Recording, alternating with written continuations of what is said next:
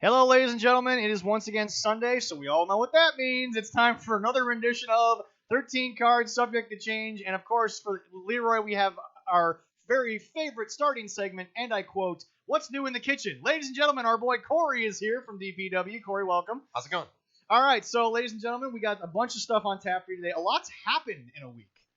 Holy smokes, did a lot happen. We also have two different kinds of muffins. You forgot. I have muffins also. Well, first of all, we always have baked goods, but for the first time, we have two different kinds of muffins. What yes. Me and Clara this morning, we made some blueberry and some banana nut muffin. Okay. In the air fryer.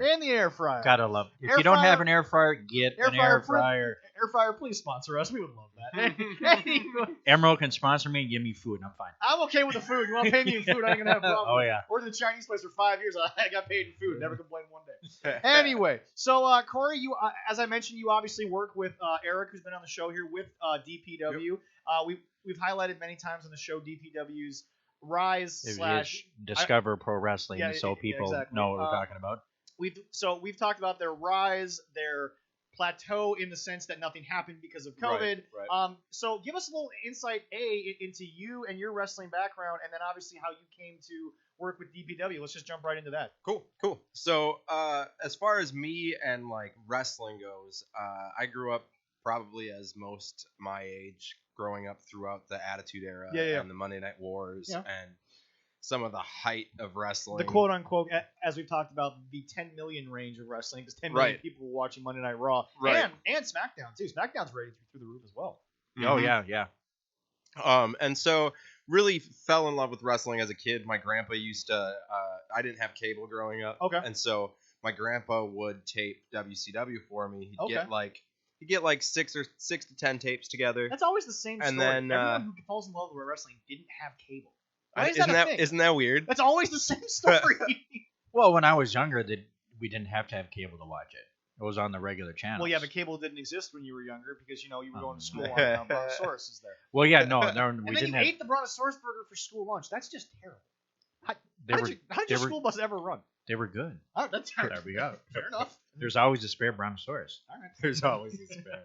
Always got to be. Boy, our Land Before Time fans out there are really not enjoying that part of it. They're crying. Mommy, I can't believe he said that. Shut up. I'm listening to the show. Exactly. Anyway, go ahead.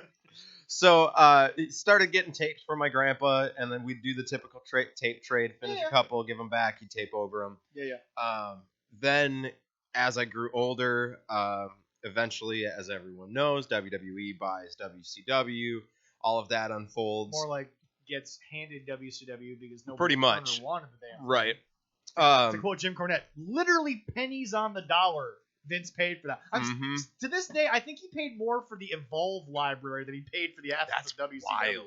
Well, Evolve had like Progress and all the other things with it. But I honestly think, I don't know the exact business numbers, but I think that other than the obvious paying for the Turner side of it, I think the actual WCW World Championship Wrestling, or I guess World Class Championship Wrestling, the old days, that was really almost pennies on the dollar to him. In terms of inflation. I completely believe it.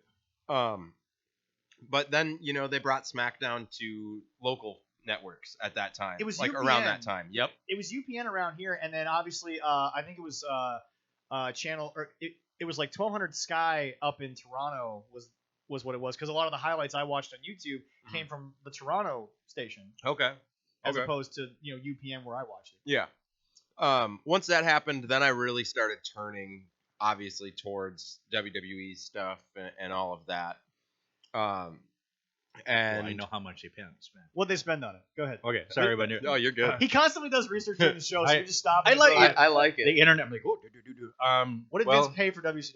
First, for the name and logo, it was $2.5 million in 2001. I know he paid more than that for the Evolve library, including Progress. I know for a fact it cost. To get the entire library, it was $1.7 million. So in total, $4.2 million to buy all of. Oh, I guarantee you, Vince wrote a bigger check for $5 million to get Evolve, Progress, OVW, all that stuff. I guarantee you, he wrote a bigger check for that. And to think that was his competition for 83 straight weeks. Right. Anyway, we keep interrupting you, but you're good. You're good. But good stuff, Kate's coming up. Right. Important information. Exactly. Numbers.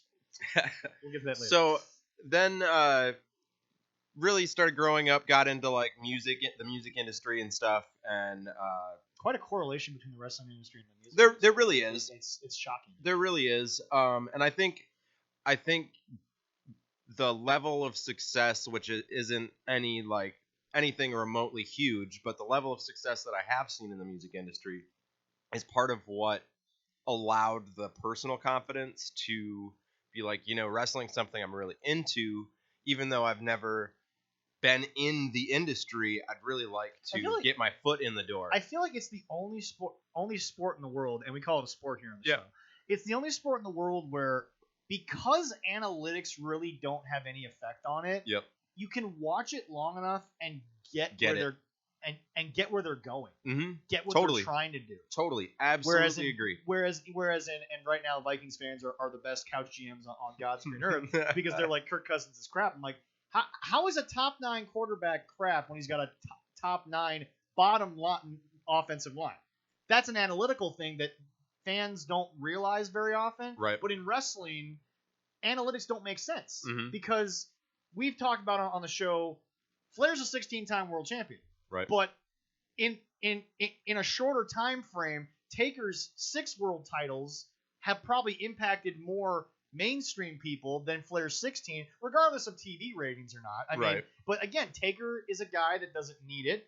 Flair's entire thing is based off having it. Right. We had that conversation a while back about a proper world champion. We said Dusty didn't need it because Dusty's entire thing was fighting for it. Right. Whereas Taker never needed a world title, but once in a while he's a top star with toss it his way. It honestly probably would have been even better for Dusty long run, like hindsight being 2020, had he never touched the belt. You know what I mean? Like, you work towards it, you work towards it, you work towards it. Oh, no, 100%. I totally agree. But anyway, back to DPW. And so eventually, after moving back up here from Denver at the beginning of 2019, I believe it was, saw that Eric was working on getting this DPW thing going. I was impressed because he kept that quiet for a while. I was impressed a guy that knowing Eric the way I do. I was impressed that he had that big of an idea and literally nobody outside of probably his circle of trust really knew about it. Then you told me and I kept it quiet too. I've told you a lot of things you're supposed to keep quiet. What? Really? Exactly. We were supposed to, I guess. Right. Shit. But so I reached out to him when I saw that he was starting to get things going for DPW1 and all that, and obviously I'd been up here for a year at that point, but was like, I'm just gonna shoot my shot. And so I shot him a message and was just like, hey, explain to him how big of a fan I was of wrestling and that I have done a lot within the music industry side of things. So while I haven't done work in the wrestling industry side of things, I do have industry work experience. Yeah. And so at first, they say if you can make any success in the music industry, you've done something that's very rare. Right. That's true. And so at first he was kind of, I don't want to say standoffish because I don't think it was standoffish at all. It was just kind of, you play your cards. People have, I think Eric gets a bad rap, and I'm not going to go into any of the stuff he brought up on his episode of the show. That's not my place. I think Eric gets a bad rap from the average person looking in because he is so energized when he has an idea that he doesn't mean to be standoffish, but his brain's just going 1,000 miles a minute. Well, and not only that, but I guess the way I looked at it is if I'm working on putting together a local wrestling company and I have someone who reaches out to me that I'm not necessarily friends with, but I know of. Right, exactly. And they say they're really interested, I'm not just going to open my arms wide open and be like, man. It is still a wrestling business. Because this is still the wrestling business. This is still. Emphasis on business. Absolutely. And so, I didn't take it as him being standoffish, really. I just took it as him protecting his business. Yeah. And then as things progressed and, COVID hit and all of that, life really took more of a online approach for the time being. And I have noticed he has sort of opened his business circle more since the first show got canceled. Yep. Because I know that he and Nick were working together, and Nick. I mean, again, I'm not speculating anything here, but I feel like Nick would still be involved as heavily as he once was if the first show had happened when it was supposed to. I could see that. I haven't really touched base with Eric on what really happened there at all. Yeah. So I don't really know. I can't say 100%. But saying, I feel like and I'm not saying anyone's I feel like wrong that's in the situation. definitely a possibility. Yeah. Totally. Yeah. But once DPW 1 got postponed and everything kind of turned towards being online, he turned to me and was just like, "Hey, can you work on our online presence? We're gonna put this group together, just kind of have some fun with the group. Whatever you want to do with it, it's yours. Take the reins." Mm-hmm. And so, especially being at home and bored and not doing anything, I was like, I will take it. And I took it and ran with it. And I think really just showing not only knowledge for wrestling, but also the love for the business in doing and that's that. The one thing I think that's part of what really allowed him to be like, I'm going to bring him in. Right. And for all the work that he's done, folks, again, this is one of those businesses, if you don't love it, you're never going to be successful at it. Agreed. Which is why, again, like I said, we've talked many times, and we're not here to bring up the obvious stupid stories that we have, but Vince Russo's never had success after WWE because a lot of guys have had success in WWE and then went nowhere because, I hate to say it, folks, love him or hate him, Vince's passion for wrestling, whether it's a passion for an entertainment style or it's old school wrestling, you can't beat that, and sometimes it gives people more than they're actually worth. Absolutely. And Vince Russo has traded on the Attitude Era since then, and he's killed 3-4 companies, and now he's got the Utah company, which I told you about, which is, oh god, actually it's funny. He's running DPW over in Utah.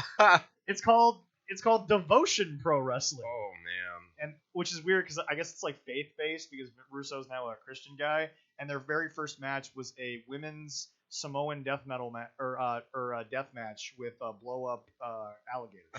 That was the first match they had, apparently. This is an actual confirmed thing that I found. Not very Christian, I think. The alligator, I don't know about that. Folks. Did the alligators come out of a box? Well, they're over then, right? Yes. Well, then they're over if they come out of the box. Yeah. But anyway, so anyway, not to cut you off in your story. Yeah, but no, you're good. What's it like? Once Eric has kind of opened up to that, what's it like working for the guy? Because like I said, it's a tireless effort. Him working on a project is as big as DPW. It's honestly super chill. I think, and I tell him this a lot when we talk. For me, it's easy because I can see the passion that he has for the project. Yeah. And what's cool about where we're at now, after working online for the last year, is I think he sees everyone else's passion. And so it's really an open door. If we have an idea of something we want to see, it's cool. Bring it to the table. Let's talk about it. Is the card for DPW 1 still as similar as it was when it got canceled? That I'm not sure. Okay. I think the big problem with that is just that the date's still so up in the air as far as when we're going to be able to do it. Right. Yeah. Exactly. And so it's like as you and I have talked about, Leroy, on the show many times. Look, these guys got to book dates. They have to. I mean, look at. I'll use Top Flight as a perfect example. Yeah. They were supposed to be part of DPW 1 when as the Flip Bros. Exactly. How easy is it going to be to get them booked up now? Because they are, and honestly, I've actually spoken with a lot of like message boards and a lot of my friends who are just discovering Top Flight through Dark and obviously now Dynamite. They love them. Oh, they're great. From the PWL, Gene, who's an administrator with me out in Philly. Gene, we always call him Mean Gene because he has because he is such a knowledgeable old school kind of guy. He looks at Top Flight and he says to me all the time, these guys get it. Yeah. They just I mean we've ripped on the tag team division of Spot Monkey Wrestling 1,000 times and how sometimes things are done where you can't register it. But even Jim Cornette's been complimentary of Top Flight. Yeah. In the best way he can be complimentary of indie guys. He's still Cornette. Yeah, exactly. Yes, he is. He loves Darius. Yeah.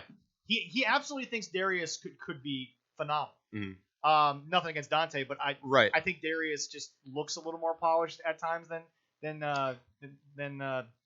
Then Dante. Yeah. Lip tie. And to be clear, I'm not saying that I don't feel like we'd be able to still book them because of monetary or because they wouldn't want to. I'm just looking at schedule-wise. Right, exactly. You know what I mean? Like, they're building such a huge name right now, and we're not even sure if we're going to be able to do something before, say, midsummer. Right, exactly. And so how much more is their stock going to rise in that 6 months period of time? And if we continue on the vaccine rate that we are, if we can get everything done by about April or May, which is what Dr. Fauci is hoping for, Florida could be a hotbed again. Absolutely. To the point where all of a sudden, if they don't travel and they stay at Daly's Place, Daly's Place is going to have bookings like to no end. And honest to God, you could have a situation where Jaguar charity events could feature members of the AEW roster. Absolutely. And, again, we're very honest on the show. I'm not here to say anything against it, but with the current cultural situation we have in our country, Dante and Darius are not the worst spokespeople to have for the Khan family to have at their event. I mean, it totally just means that one hell of a long road trip to Florida. Yeah. To see some shows. Yeah, exactly. God damn it. I need to see some shows. But I mean, obviously you guys are going to do your damnedest to make sure that the show is to the quality that Eric's been pushing. Absolutely. And actually it's a funny story because the very first indie show I saw, you took me to No Love Lost 2. Mm-hmm. Darren forgot which one it was, but he even said I've been on so many days I don't remember. That's one of the ones Eric produced, right? Yes. Yep. Yes. Yeah. And it's interesting. I had just gotten done going to because to me at the time that I saw ROH, I didn't view them as an indie because they had a television contract where they were on a lot of local stations. I had just gone to Masters of the Craft, which had the Motor City Machine Guns versus the Briscoes 2. I'm talking, we saw Bullet Club when they were at their peak. Marty Scurll before he was Bullet Club. Right. I mean, like, that roster, just up and down that roster was fantastic. Great show. And I looked Eric in the eye at the end of the show, and I was like, I think this was better produced than the ROH show. Eric to this day still can't get over the curtain issue, but, I mean, I just poke fun at him now. That was not a big deal. I mean, it was a great show, and that kind of got us connected. Oh, yeah. And the snowball effect of getting into this. Well, we went from No Love Lost 2 to we went to like MAW. We got to know Dave. And... Yeah, we've followed Steel Domain since then. We followed AWF. I mean, obviously, First Wrestling is tremendously big here in the local Minnesota area. Anyway, so now we're gonna move on to another thing involving DPW because, folks, we are now on the official DiscoverProWrestling.com website. Oh, yeah. Yes, we are. There is a link to our podcast on there. And Eric actually asked that we do this, and I think it's a really great idea, is so pros and cons to his idea of what Discover Pro Wrestling is to be. Okay. He's explained the mission statement. Discover Pro Wrestling. That's the plan. It's not just the name of the company. That's the point. Now, pros and cons are the obvious ones, but let's get the obvious pros and cons out of the way, and then we'll delve in. The pros, people discover wrestling that they didn't know existed because obviously the indies blew up because of the internet. Mm-hmm. The indies blew up because any schmuck with a phone could post on their Twitter, and all of a sudden it's like, well, what's this company? What are we doing here? Right. What's that? And the con is I don't want to say watering down what DPW is, but you're giving people an outlet to something else. Right. So in your idea, when you first heard that idea, was there a negative connotation in your mind at all that it's a pipe dream that could end up going backwards on you? Yes and no. Okay. I mean, I definitely think there's obvious negatives to the idea. Well, there's negatives to anything. Every idea, obviously. But I think one of the things that has, I think, plagued wrestling communities for at least the last 20 years since the Monday Night Wars. Is just the constant lack of honesty from one promotion to the other promotion, fan base wise. You know what I mean? Okay, yeah. Like business is business, but like WWE but guys. In my eyes, when you look at like the message boards, WWE guys, there's a lot that will hate on AEW just because it's AEW. There's a lot of AEW guys that'll hate on WWE just because it's WWE, and they're in opposite boats and they feel like they have to. And they're just stubborn, pig-headed wrestling fans who will never get past 3 letters. Right. And so I think one of the cool things that I like about the idea of bringing a lot of independent wrestling promotions together on one page so people can discover them is it starts to kind of eat away at that negative world view, I guess, of the wrestling world. Because we can be honest here, wrestling, as the people listening to the podcast, forget the people that don't listen, it's a work in a way. Right. But, it's one of those scenarios where the territories we've talked about numerous times in the show there, Leroy, the territories died out because the guys who ran them at the end, Sheik, Dusty, Lawler, a lot of guys were very... Vern, yeah. Don't forget about Vern Gagne. Yeah. But Leroy, a lot of those guys, the egos got in the way. Yep. They did, and they were, like you said, what was it? Stargate. They were trying to get everything together. Yeah. And they were trying to compete with Vince and WWE, and it just didn't work. Well, but I've always said a wrestling company does its peak business when they just don't care about the on-camera product. Yep. Folks give me crap for this all the time. Name another wrestling company that was just out of business one day that had a bigger world following than ECW. I'm serious. Right. I'm serious. They left not because of lack of people wanting to see the product, but ECW left that legacy, left that fan base because, because of who they were, Paulie's going to take a few shots at Vince and Eric. That's just what we do in the wrestling business. But the show was never a carbon copy of Nitro. It was never a carbon copy of Raw. It was never anything but what Paulie was trying to put out there. Right. You go back and watch all the old, and not the stuff that was on TNT, but the real stuff that we used to see. Stuff, yeah. The old stuff out of the basement. Yeah, exactly. Yes. But it's like you go back and you watch those shows.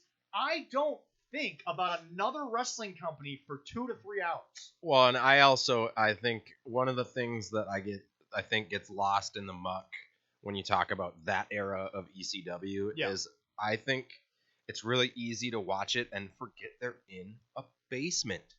Like I can't stop thinking about that when I think about that era ECW. Arena, like which is going to be saved, by the way, from what I've heard. Oh, the 2300. That's very good. Arena, I have not checked on that lately. The current owners are saying that they will be able to come back and do things for the community in that area, which is great for the South Philly area, obviously. Absolutely. But no. See, this is what I have to explain to people.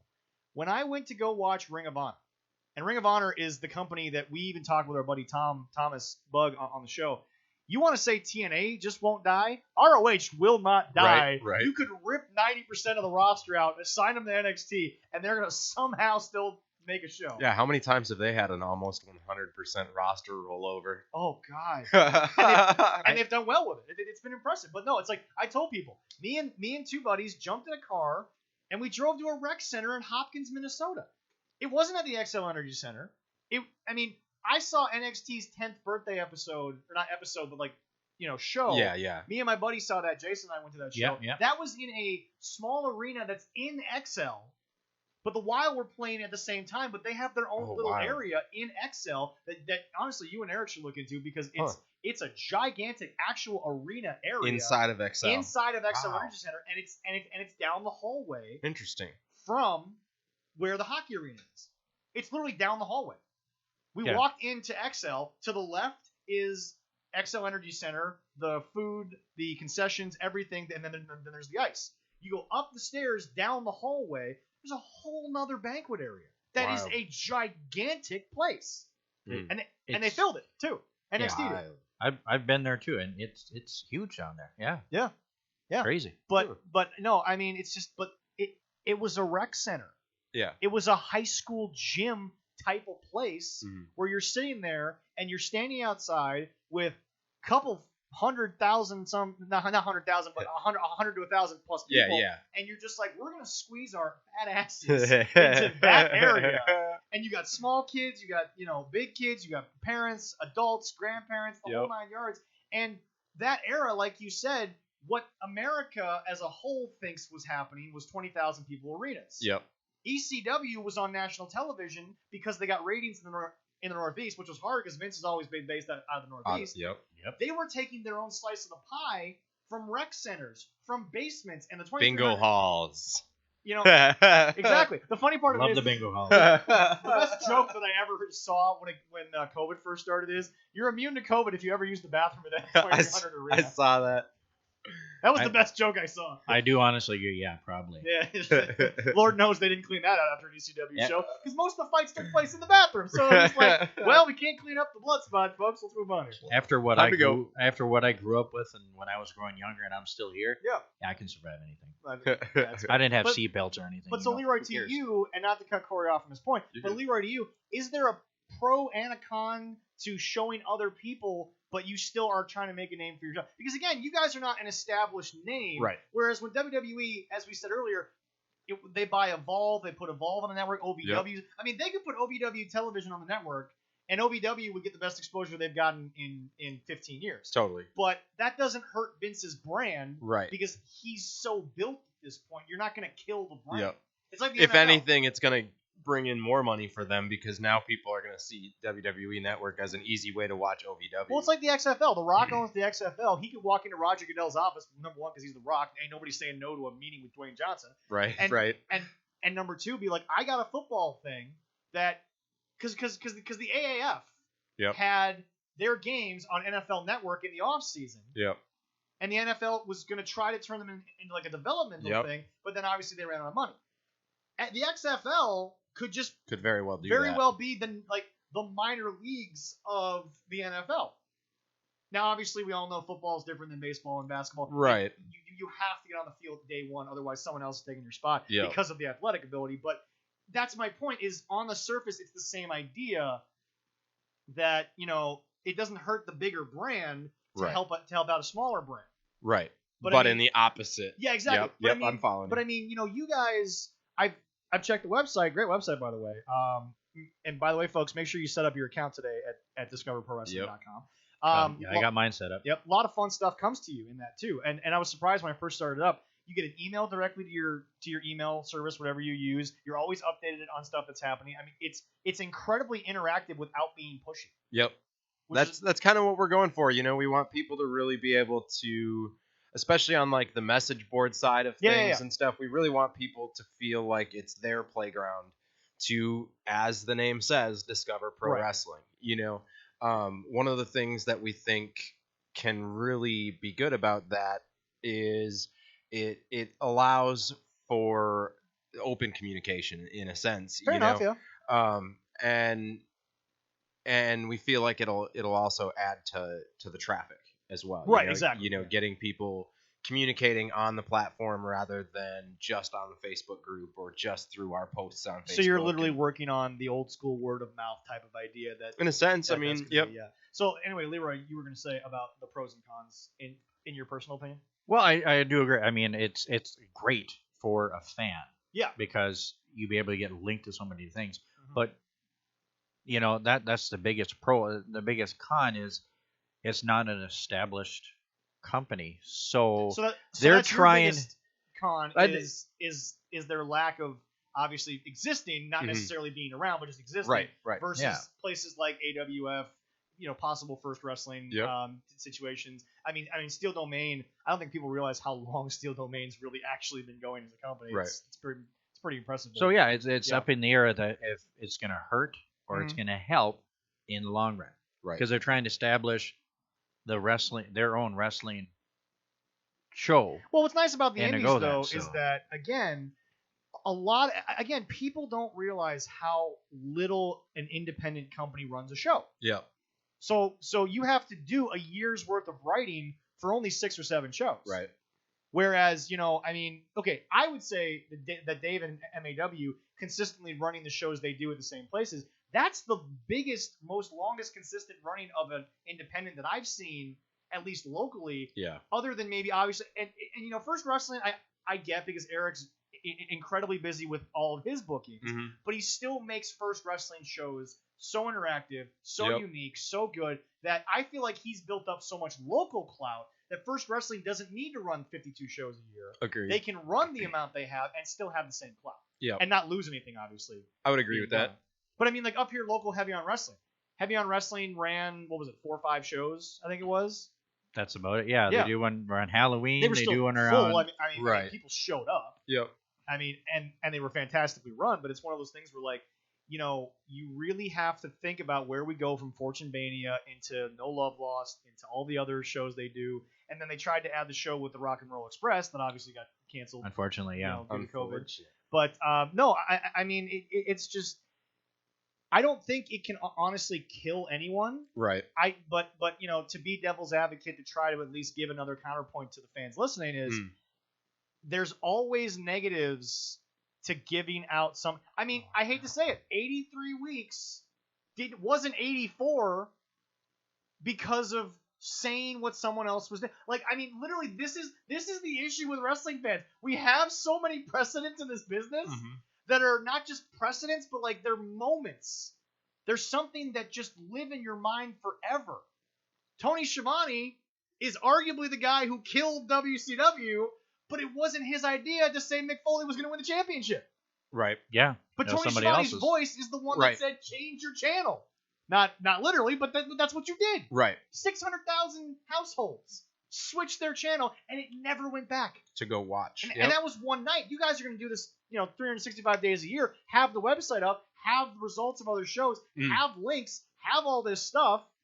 And so, I mean, like, obviously there's a bit of a hesitation there.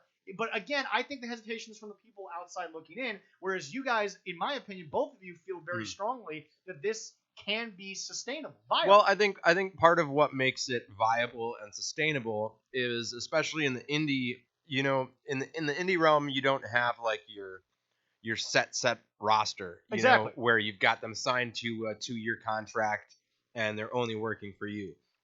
So I think opening the doors to other independent wrestling companies to show them off and stuff, it allows other people to see what roster is really out there. It also helps the wrestlers. Because absolutely. And that's the thing. It honestly can't be a negative if you're a wrestler. When you're an independent contractor, the ability to possibly find a company that you didn't know about and call them up and be like, hey, toss me $300, well, $50 probably to actually profit, $250 to get to the show. Yep. Toss me a $300 situation. I'll sign a one-night deal, and then all of a sudden it's like, okay, I made my clout here.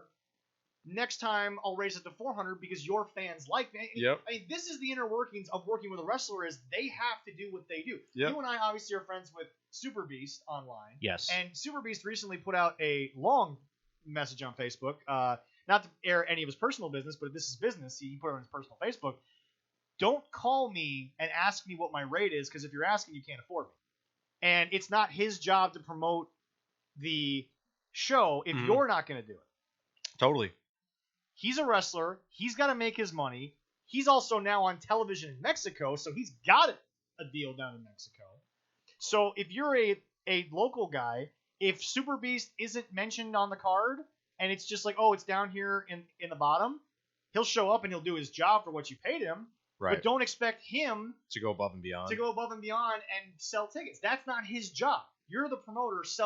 You sell the house. I just show up and get paid. Yep. So I mean, it can't be a negative for the wrestlers, but I think as we've highlighted, the business side of things is always more of a risk than the actual. Oh, totally, absolutely. But I think at least within wrestling, and I think obviously the writing will be more legible on the wall once we get some shows in, and people can really see. And I'll just say Eric's passion. And I'll just say this, folks, and again, another public health announcement. Please, please, please listen to the CDC, because you know what? Up until last year, we all did. Mm-hmm. And I'm not going to get political as to why we don't, but I think people know where I'm going with this based on our history in the show. But it's like, for God's sakes, folks, you open a bag of Cheetos and all of a sudden you don't believe in the friggin' CDC. Anyway. We'll give Eric a second to process that little joke. Yeah. Well, the thing that I definitely would do, I want to get stuff going back again. I mean, we love going down and seeing MAW. Well, it'd be nice if some of them guys actually came up here and we saw him here in Duluth. By the way, which would be great. I did confirm James Tapia was on Dark. He was. I did confirm James was on Dark, and I've seen James probably a half dozen times. And, really good. Yeah. Lot better than than I think he physically comes off as. And that's not necessarily him. That's just kind of what the body God gave you. But it's like he can really work. Hell of a worker down there. Yeah, and as I said, it'd be great to see a little bit more shows coming around here closer, but to see all the guys that we have got to know through Dave and all the shows, and so much fun. Can I also point out DPW1 was supposed to have, at the time, one of the hottest tag teams in wrestling. Mm-hmm. Oh yeah, Joseph Samuel and there with Warbeast and Jacob Fatu. I don't think our listeners realize that when they were about to be booked for, right before COVID, they were hot. They were one of the hottest tag teams, not just in MLW, but just anywhere in wrestling. Yeah, no, they were there. Eric was smart on that signing. It would have been striking while the iron's hot for sure. Well, and the thing is, Jacob has the Fatu. The name. Well, not just the name. He's got the same clout. Mm-hmm. He wasn't gifted with the Rock and Roman looks. He looks more like Uncle Umaga at that point. I was just gonna say that. But that doesn't mean that you still can't use somebody not like at Jacob all. Fatu, because Jacob Fatu. I did warn Eric that when you guys go live on Twitch to be careful, because Jacob likes to wrestle barefoot and Twitch will ban you for that. Really? That's kind of weird. They are not. Twitch does everything they can to avoid the online feet community. They don't want to be a part of it. That's so weird. Wiki feet is a thing. What? YouTubers talk about it all the time. I had no idea this was a thing. Oh God, it's bad. Okay, so first of all, that's remember, the last thing I want to think about is somebody's feet. Miro got banned because his wife was on there in what was not necessarily a skimpy bikini, but they suspended him for that. Yep, that's true. That's true. true. You got to really be careful. I had no idea about the feet thing. Oh God, wild. Twitch. Oh yeah. Well, some of the top YouTubers, PewDiePie, Markiplier, the Game Grumps, they all talk about it. They all joke about it, and they're all on Wiki Feet with their feet rated by weirdo feet people. Oh, that's so great. It is a weird thing on the internet, but it exists. Well, if they pay me enough, I'll put my feet on there. Right? But I think my feet are kind of ugly. No. Some of the ugly feet there's some weird ass people on the internet, bro. Oh my God, are they gonna pay me for that? I might do it. You might be missing a profit. Shit, I'm gonna have to try. I'm not gonna say their name. 13 cards. I'm not gonna say their name. I know a friend who did it. Really? They made like $300. Hey, holy crap! $300 is $300. $300, folks. But anyway, wow. so I don't want to leave DPW because obviously that's what you're involved in, but we got a bunch of stuff to get to here. But folks, discoverprowrestling.com, wonderful place. If you set up your profile, which is free, you can get access to stuff not just locally here, but around the country. It's extremely interactive. You pop stuff up there. Eric also, and I think he'll do this more when you're running shows. He loves to give away free merch. He loves to give away free shit. Oh yeah, yes, which is he what does. we love to promote around here. So we're not gonna hate on that. Well, yeah. I mean, we did that today. We got cards, by the way. He brought us some nice cards. Brought in some nice wrestling cards. Yeah, I got some Big E, Rhea Ripley, and Kofi. My kids were really excited about that. I've got Roman. I've got an action card of Drew, and then I've got 8-year-old Austin Theory. He's got a match next week on Dark against -1, but we'll talk about that later. I figured the cards would be a good way to segue quick into what we're doing on the group next week on Discuss Pro Wrestling. Discuss Pro Wrestling, which we've pinned a couple of times here on the show, folks. I've seen that. I appreciate it very much. You guys can just go on to Facebook, and it's right there. It's not even live. DPW, Discuss Pro Wrestling. It's we have a lot of fun on there. It's a great started at the beginning of the pandemic, and we've just kind of... It started as like a joke wrestling meme group, and everybody Pandemic just pro wrestling. absolutely just having fun with it. PPW, I was there. And the actual group name, and Eric's a genius for this, was let's all pretend that we're running a wrestling company. It was a group where we all pretend to run the same wrestling company. Yeah. And which lasted about 2 weeks before everybody started to turn it into a discussion post. Absolutely. And that's when me and Eric talked, and we were like, it just seems like that ran its course. Let's bump it to where we originally, or not originally, but eventually wanted to bump it anyways. So then what are you guys going on in there? So what we got going on next week, I just ordered one of the NXT card boxes, the hobby boxes that just released last week. Right, yeah. Got one of those coming. We're doing a break on the group. So we're doing 11 spots. Each spot gets 6 random wrestlers from the base set. Okay. You get whatever cards pull. And then Jeez, you guys are becoming wizards of the coast. I know, right? Who already have way too much of my money. And then since there's also, I know they got a lot of I think money, if I remember right, there's 7 call-ups, like previous call-ups that have auto cards in there. Okay. If we hit any of those, they'll be randomed off afterwards. Okay. Oh, all right. So I think if I remember right, we're doing like, I think it was like $6 or $10 a spot. I'll have to look again. Okay. But it's on the page. Which is fairly reasonable. I mean, totally. Totally. Well, and the thing about it is for me is that I always acknowledge, people, places have to make a profit. Absolutely. Because again, people don't like to hear this, but whenever you watch a show like Kitchen Nightmares or Bar Rescue, businesses don't survive unless they have money coming in. That's just the way life is. Right. Vince may have made a profit during COVID, but you don't know what's going to happen. Right. I don't think people realize, and I mean, you being on the business side of things, you can kind of defend the man here. When he cut everybody, he didn't know what the hell was going to happen. No, I think that's one of the things. I mean, in business that was in general, break-even move, not a profit move. Absolutely, I kind of see it that way too. I mean, Especially when the Good Brothers are making $750,000 a piece. Like, damn, that's a contract. I can understand people being up in arms. The personal side of it. Those are people's jobs. Yeah. I get that. Oh, 100%. But you also have to look at the business side of it. It has to remain a viable business. Well, Vince has to pay the off-screen people the same way he pays the on-screen people. Not only that, but I think one of the things that gets lost in the mix is you have to be able to go back on the road once this is all done. And you have to have the money to do it. And I've heard that they're going to cancel house shows, but they're still going to travel for TV. I heard that too. So yeah, that's what I heard. I think personally, I think with the lack of house shows, which I did hear a rumor that AEW will eventually be doing limited house shows. Which I think Vince is going to go back to at some point. Right. But again, we're talking about cost-breaking moves. And at the same time, we're talking about the modern wrestler who is of the modern mental generation. Absolutely. It doesn't have to be 400 days on, 3 days off, Absolutely. 400 days on. And that's what I was going to comment on. Is I feel like the wrestling world in itself is kind of changing right now. We're seeing the wrestlers get a little bit more control over their schedules and a little bit more of an ability to say, I don't really want to work 7 days a week. And of course, places like Twitch and, yes, I'll say it, folks, OnlyFans, they give wrestlers a chance to make more money so they can retire earlier. Absolutely. This is because people don't realize, Leroy, you and I were both kind of there. You are obviously older and saw it. Guys were retiring at 29 in the 90s because they built a website and then they sold the damn thing. Yeah.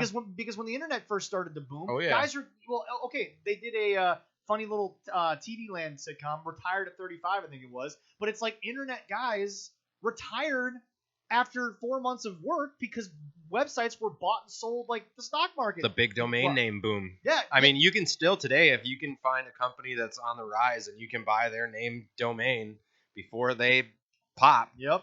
You can make a pretty penny. Which is basically, which is technically how the stock market has worked. Totally. So totally. People are just learning it in a different way. Mm-hmm. But it's one of those situations where I have been the biggest Vince defender, and I get a lot of flack for that. But I think in a business way, Vince has to pay bills. Vince has to adhere to TV standards. We talked about how when Raw hit low, it was rumored that USA said, we want more adult content. You got to be prepared for what that is in Wrestling USA. Right. You're not the USA Network back when Blue Collar was a thing, back when you had all those original shows. You're living off of Law & Order SVU for 8 hours, and then you got Ms. and Mrs. for an hour and a half before you go back to Law & Order. That's what USA is. If they're bringing back adult content, I only have to say one thing, and one thing that the King said all the time. Puppies! I was just going to say. There you go. You're going to put Jerry the King Lawler back on TV and just not show me some more damn puppies, Right? Mandy Rose puppies. But that's my whole point. Yeah. But see now, Vince has to fight what his bosses want. Yep. But also the Karen culture, I like to call it, of I don't want my kid to watch this. Well, okay, then change the channel, you idiot. But D-Lo actually told us that if you don't like what you're watching, change the channel. D-Lo was a great interview, by the way. I bet. Yeah, no, we actually got him on accident because we were supposed to interview, sadly, based on his recent passing, This Hurts More, we were supposed to interview Animal along with Paul. Oh, man. But that would have been an epic one. He had to go because he had a family emergency. But Dave walked up and said, you guys want to interview D-Lo? I'm like, Who's saying no to this? Right? We ain't got shit else to do. I know. We interviewed D'Lo, and then before the camera started rolling, we got to BS with Mr. Anderson. Nice. As he was cheering. Nice. So it was Ken awesome. Ken is a guy who I think accepts that his big time TV wasn't what it was, but he certainly knows what he's built since. Yeah. And Ken is someone who's not going to take flack from somebody who has no business telling him. I mean, personally, in my opinion, I think the work that he's done since his WWE run has been loads better than anything he ever touched in WWE. But I think that, well, part of that is his fault because he said he kind of messed up when he was up there. Yeah. But the thing about it is that when you mess up there, it's kind of hard to go back. When you mess up on the indies, you got 65 other people to do it. And let's be honest, TNA took back just about anybody when it came to shit that went on down there. Not saying that Ken did anything wrong. I'm just saying that Ken could be more of himself, who is an asshole, which is fine. Nothing wrong with that. Yep. You get two big ones sitting right here, so it's not that big a deal. Hey, my ass is not that. My gut is bigger than my ass. Yeah, but you're an asshole. Well, hey, everybody got one. I got about 4 people in my family that are assholes. That's fair. Anyway, but no. So I mean, like, D'Lo said it, change the channel. But Vince now has to fight the fact that even though the average person doesn't watch wrestling, they see something in a highlight that's offensive, all of a sudden they're on the phone to USA Network. And I've never understood why you won't watch the product, but one thing bothers you. Right. And you want it canceled? Yeah, totally cancel culture. Good, and not to mention the fact, if the territories only had as much TV as Vince did, oh my God, they would have had more phone calls a week than Turner knew what to do with. As somebody put on my feed, it's like, if I watched Sanford's Son and Archie Bunker. Yeah.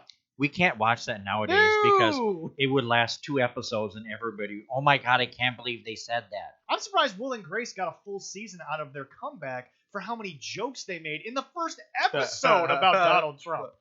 How they got to keep going. NBC must have been like, you know what, we already signed the deal for like 7 episodes. Just go make them. We don't care. They had to have because they pissed off so... I know that was the point. Oh, yeah. But the writers pissed off so many people. And the only reason they survived was because NBC said, it's got a great rating. We'll see us normal people actually enjoy that. Exactly. It's funny. Just the other whatever. But that's my thing is that Vince gets so much flack for COVID and how he handled it. Mm-hmm. First of all, AEW took their shot when Vince had his small breakout in NXT, which it was small, a little more contained than I think the Dirt Sheets wanted it to be, but because they wanted a bigger story. Right. AEW theoretically had a slightly bigger outbreak, especially since those guys went to that show in Indiana, which obviously took a bunch of their TV people and quarantined them for 2 weeks. And that's why Dynamite looks so much different because Marco Stunt wasn't there because of his having to. Marco Stunt got famous for a different reason. We're not going to. Yeah, we're not going to talk about it. Oh, for that God, we're not going to go back to that. But no, it's just one of those things where it's like that time period where no one knew what to do with COVID. Mm-hmm. Guys, Vince sprayed the walls and they're like, that's all you did? Nobody knew what COVID was. Nobody knew what to do. The mask thing wasn't as big. The thing is that what bothered me was that people got mad about no masks. Right. But Vince's methodology was released 2 months after the mask thing finally became big, and he did it 6 months prior. So there's an 8-month period where he was fine. Yeah. And you're blaming him for something that you just found out was a good idea. Masks were not the thing to begin with. I think Fauci wanted them to be, but they were so resistive to it. There were too many people resisting it. Exactly. And so my biggest thing is that no one knew what to do with COVID. Businesses are dying out left and right because they didn't know what to do. We found out the whole country was on credit instead of having cash in the bank. And Vince was covering his ass. Yeah. But by the way, Walmart got in trouble years ago for bad wages, no benefits, yada, yada. Everybody was doing it. They were the biggest. They got caught. Yep.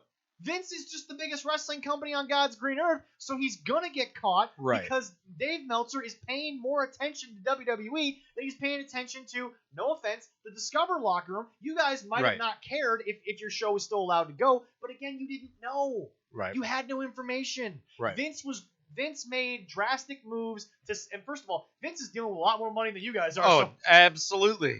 First of all, cutting the Good Brothers was more money than you two know what to do with right now. So that alone was a big deal. Yeah. No, this is funny when this stuff was going on. Somebody actually thought we at Quick Trip were price gouging, and there were Our eggs. prices never changed. Oh, I know. And they said, well, the eggs. I'm like, okay, you can go to Super One and spend $5 for a dozen. 99 How about cents. get 99 cents for The ours? highest We they got was haven't $1.29. changed. That was the highest they got. Oh, trust me, I know. I heard the same thing up at Lids because when Kobe died, Yeah. we had a Kobe jersey. Someone came in, asked how much it was. I said $300. They're like, "That's ridiculous for a jersey," and I was like, "It was $300 2 weeks ago." But the thing about it was that you guys were selling the authentic Nike stitched with the championship stitch on the front. Like it's legit expensive. Top of the line. Yeah. It's authentic. There's every stitch is perfect. Yep. You know?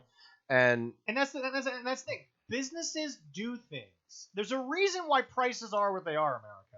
I know people don't want to hear that. Right. But when Quick Trip has lower prices, it's because we make everything. Yep. Bingo. We don't have it. Remember, Leroy, when I first started the company, you were there for what? About 3 years when I started? Because I've been there for 4 years now. So I've been there for 6 years now. So right after I got there, we started making the milk carton. Yeah. Because we realized we didn't need someone to make that for us. Yeah. Yep. Well, yeah, and I saw the video on that. It was great. Yeah, and all of a sudden the milk came down a little bit because now it's all us. But Vince is sitting here saying, I can't run shows. I don't think people realize what percentage of his profit is actually ticket sales. It's a lot. And also, people want to get on him, but if you were him, you'd do the same thing. Yeah.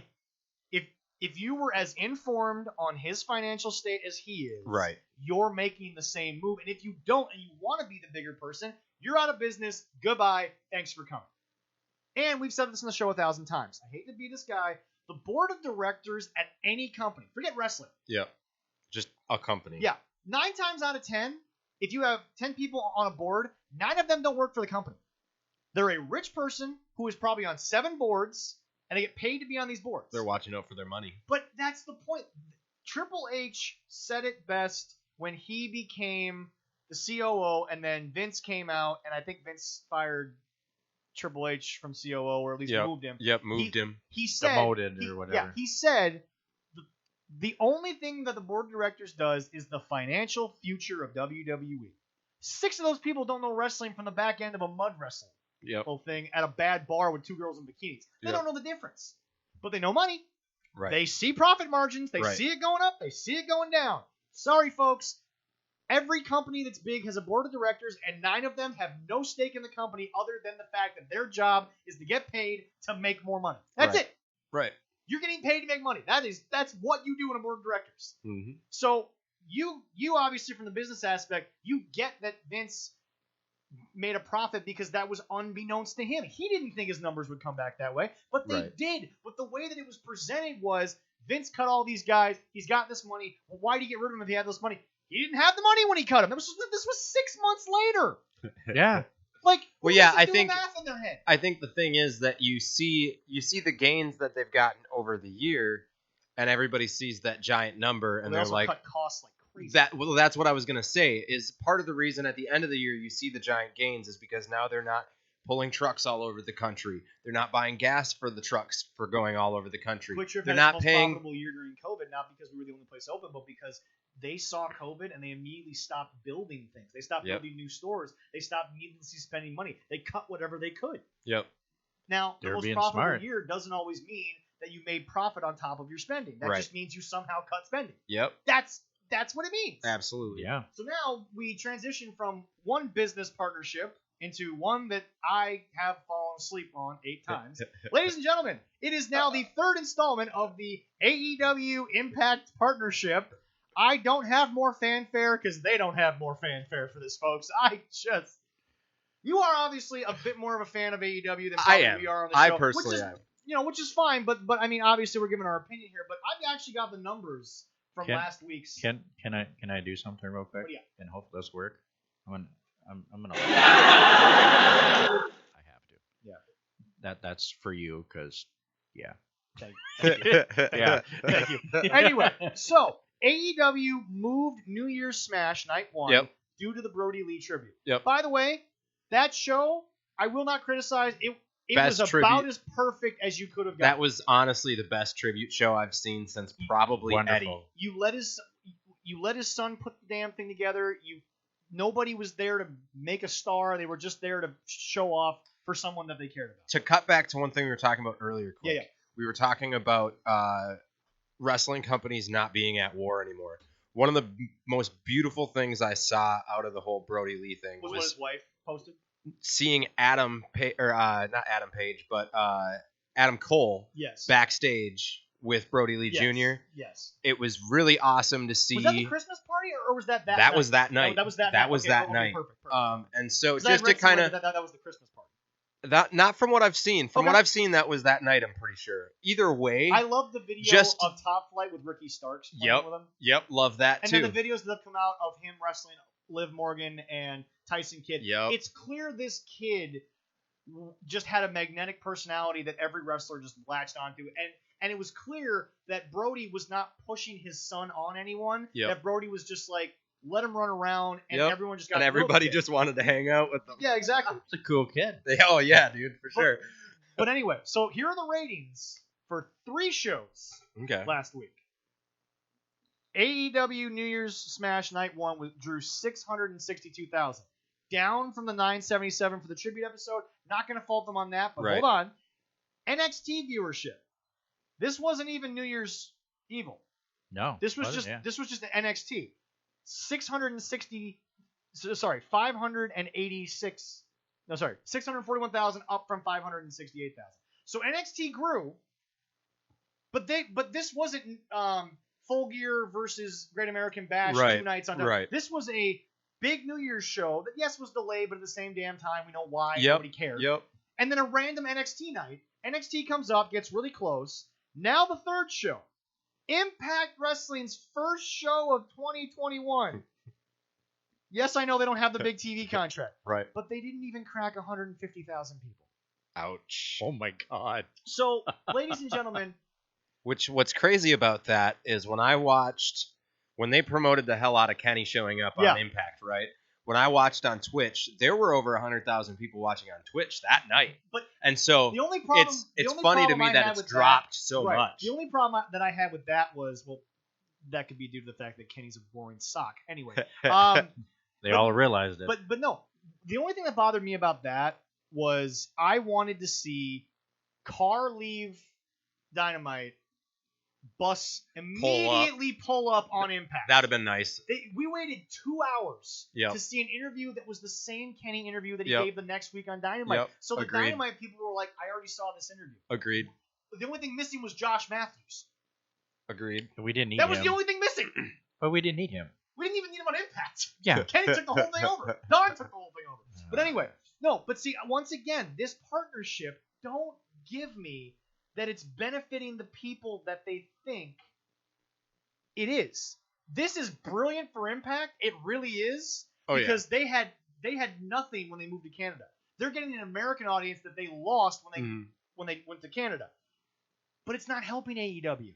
Nobody cares about the Impact guys on AEW. They don't. I'm sorry. Yeah. And what this also proves is, outside of a tribute episode, which we all watched. Yep. Yeah.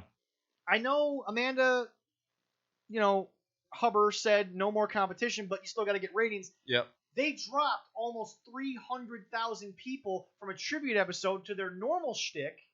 And by the way, the NBA thing didn't help them. No. Because that killed Jericho more than it did anything else. Yep. But my biggest problem with this partnership is it's only benefiting Impact, and it's not even really benefiting them to the point where they're going to get back.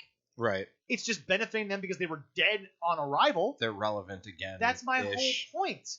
And the other problem for me was you put the band back together. Cool. You can't use Bullet Club. Yeah. So America, who barely got Bullet Club to begin with.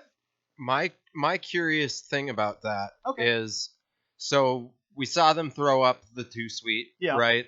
And stolen from 2 other factions, by the way. I would point that out. Well, immediately my thought was they've already gotten 1 cease and desist.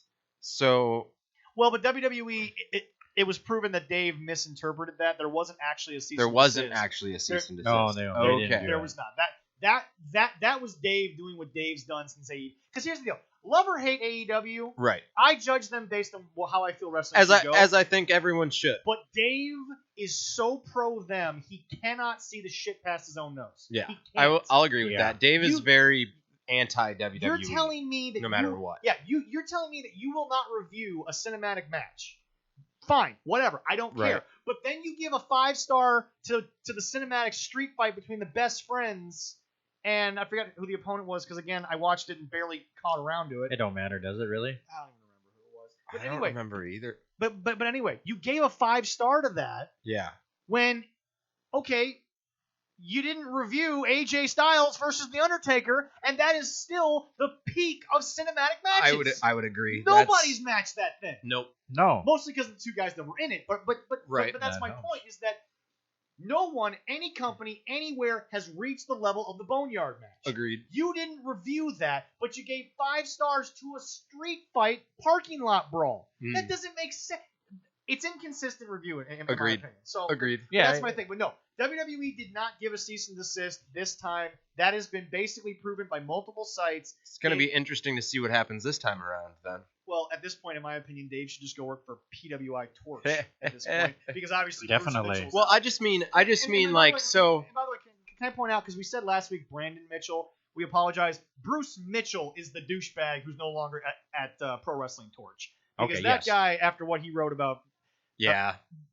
You are a scumbag. Screw you. I never ever want to speak your name again, but I just want to make it clear that we said the wrong name. And no, but Bruce Mitchell, screw you, bro. You can't go for an entire page praising a guy and then turning around and saying that his family owes any of us shit. Right. They don't owe us a damn thing. Agreed. So that's all I gotta say about that. But no, it's just this.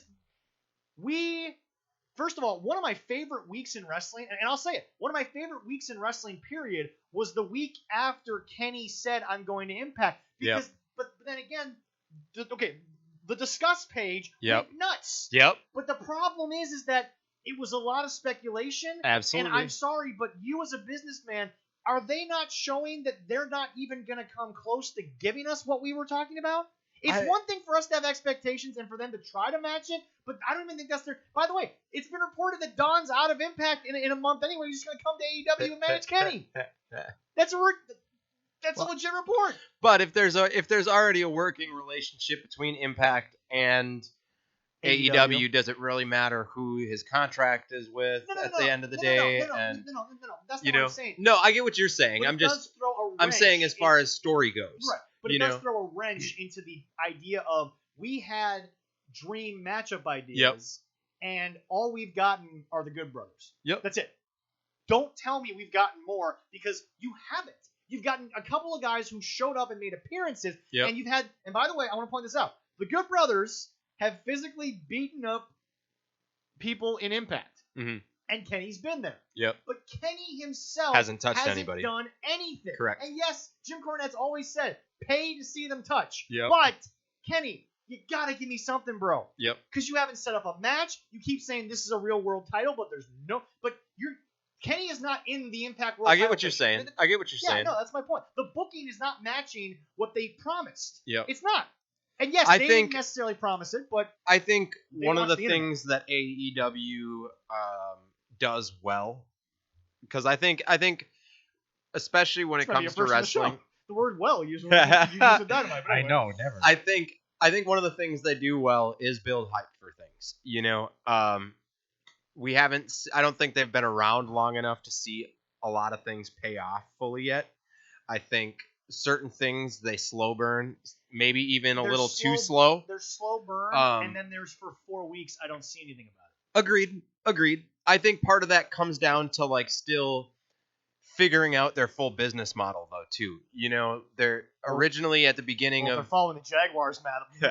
It's not going to be very horrible. Good. Originally at the beginning of... Before the pandemic, there was talk of getting either Dark onto TV or a second TV show. Which we'll get to in a second here, because we had talked about that. And then I think the pandemic really threw a wrench in that. So I think that slows a lot of that down. And then I think rather than... getting rid of some of the talent that they had hired on already, because they do have a massive roster. 84. I think at least that's what it was before COVID. I think they decided to hold on to people and just slow burn stuff through Dark and through. But here's my thing. Dynamite. You have. How long is Dark on average?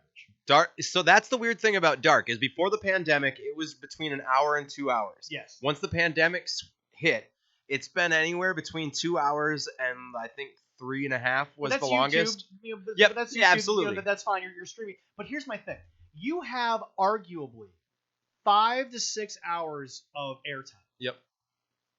I'm sorry. Pandemic aside, pandemic does not excuse the fact that we will go 4 to 6 weeks and I won't hear anything about a storyline. Give me a 2-minute promo. Yep. Give me MJF for 90 seconds. I love MJF. Love him. He's so good. He is great. And he's a triple threat. He can dance too.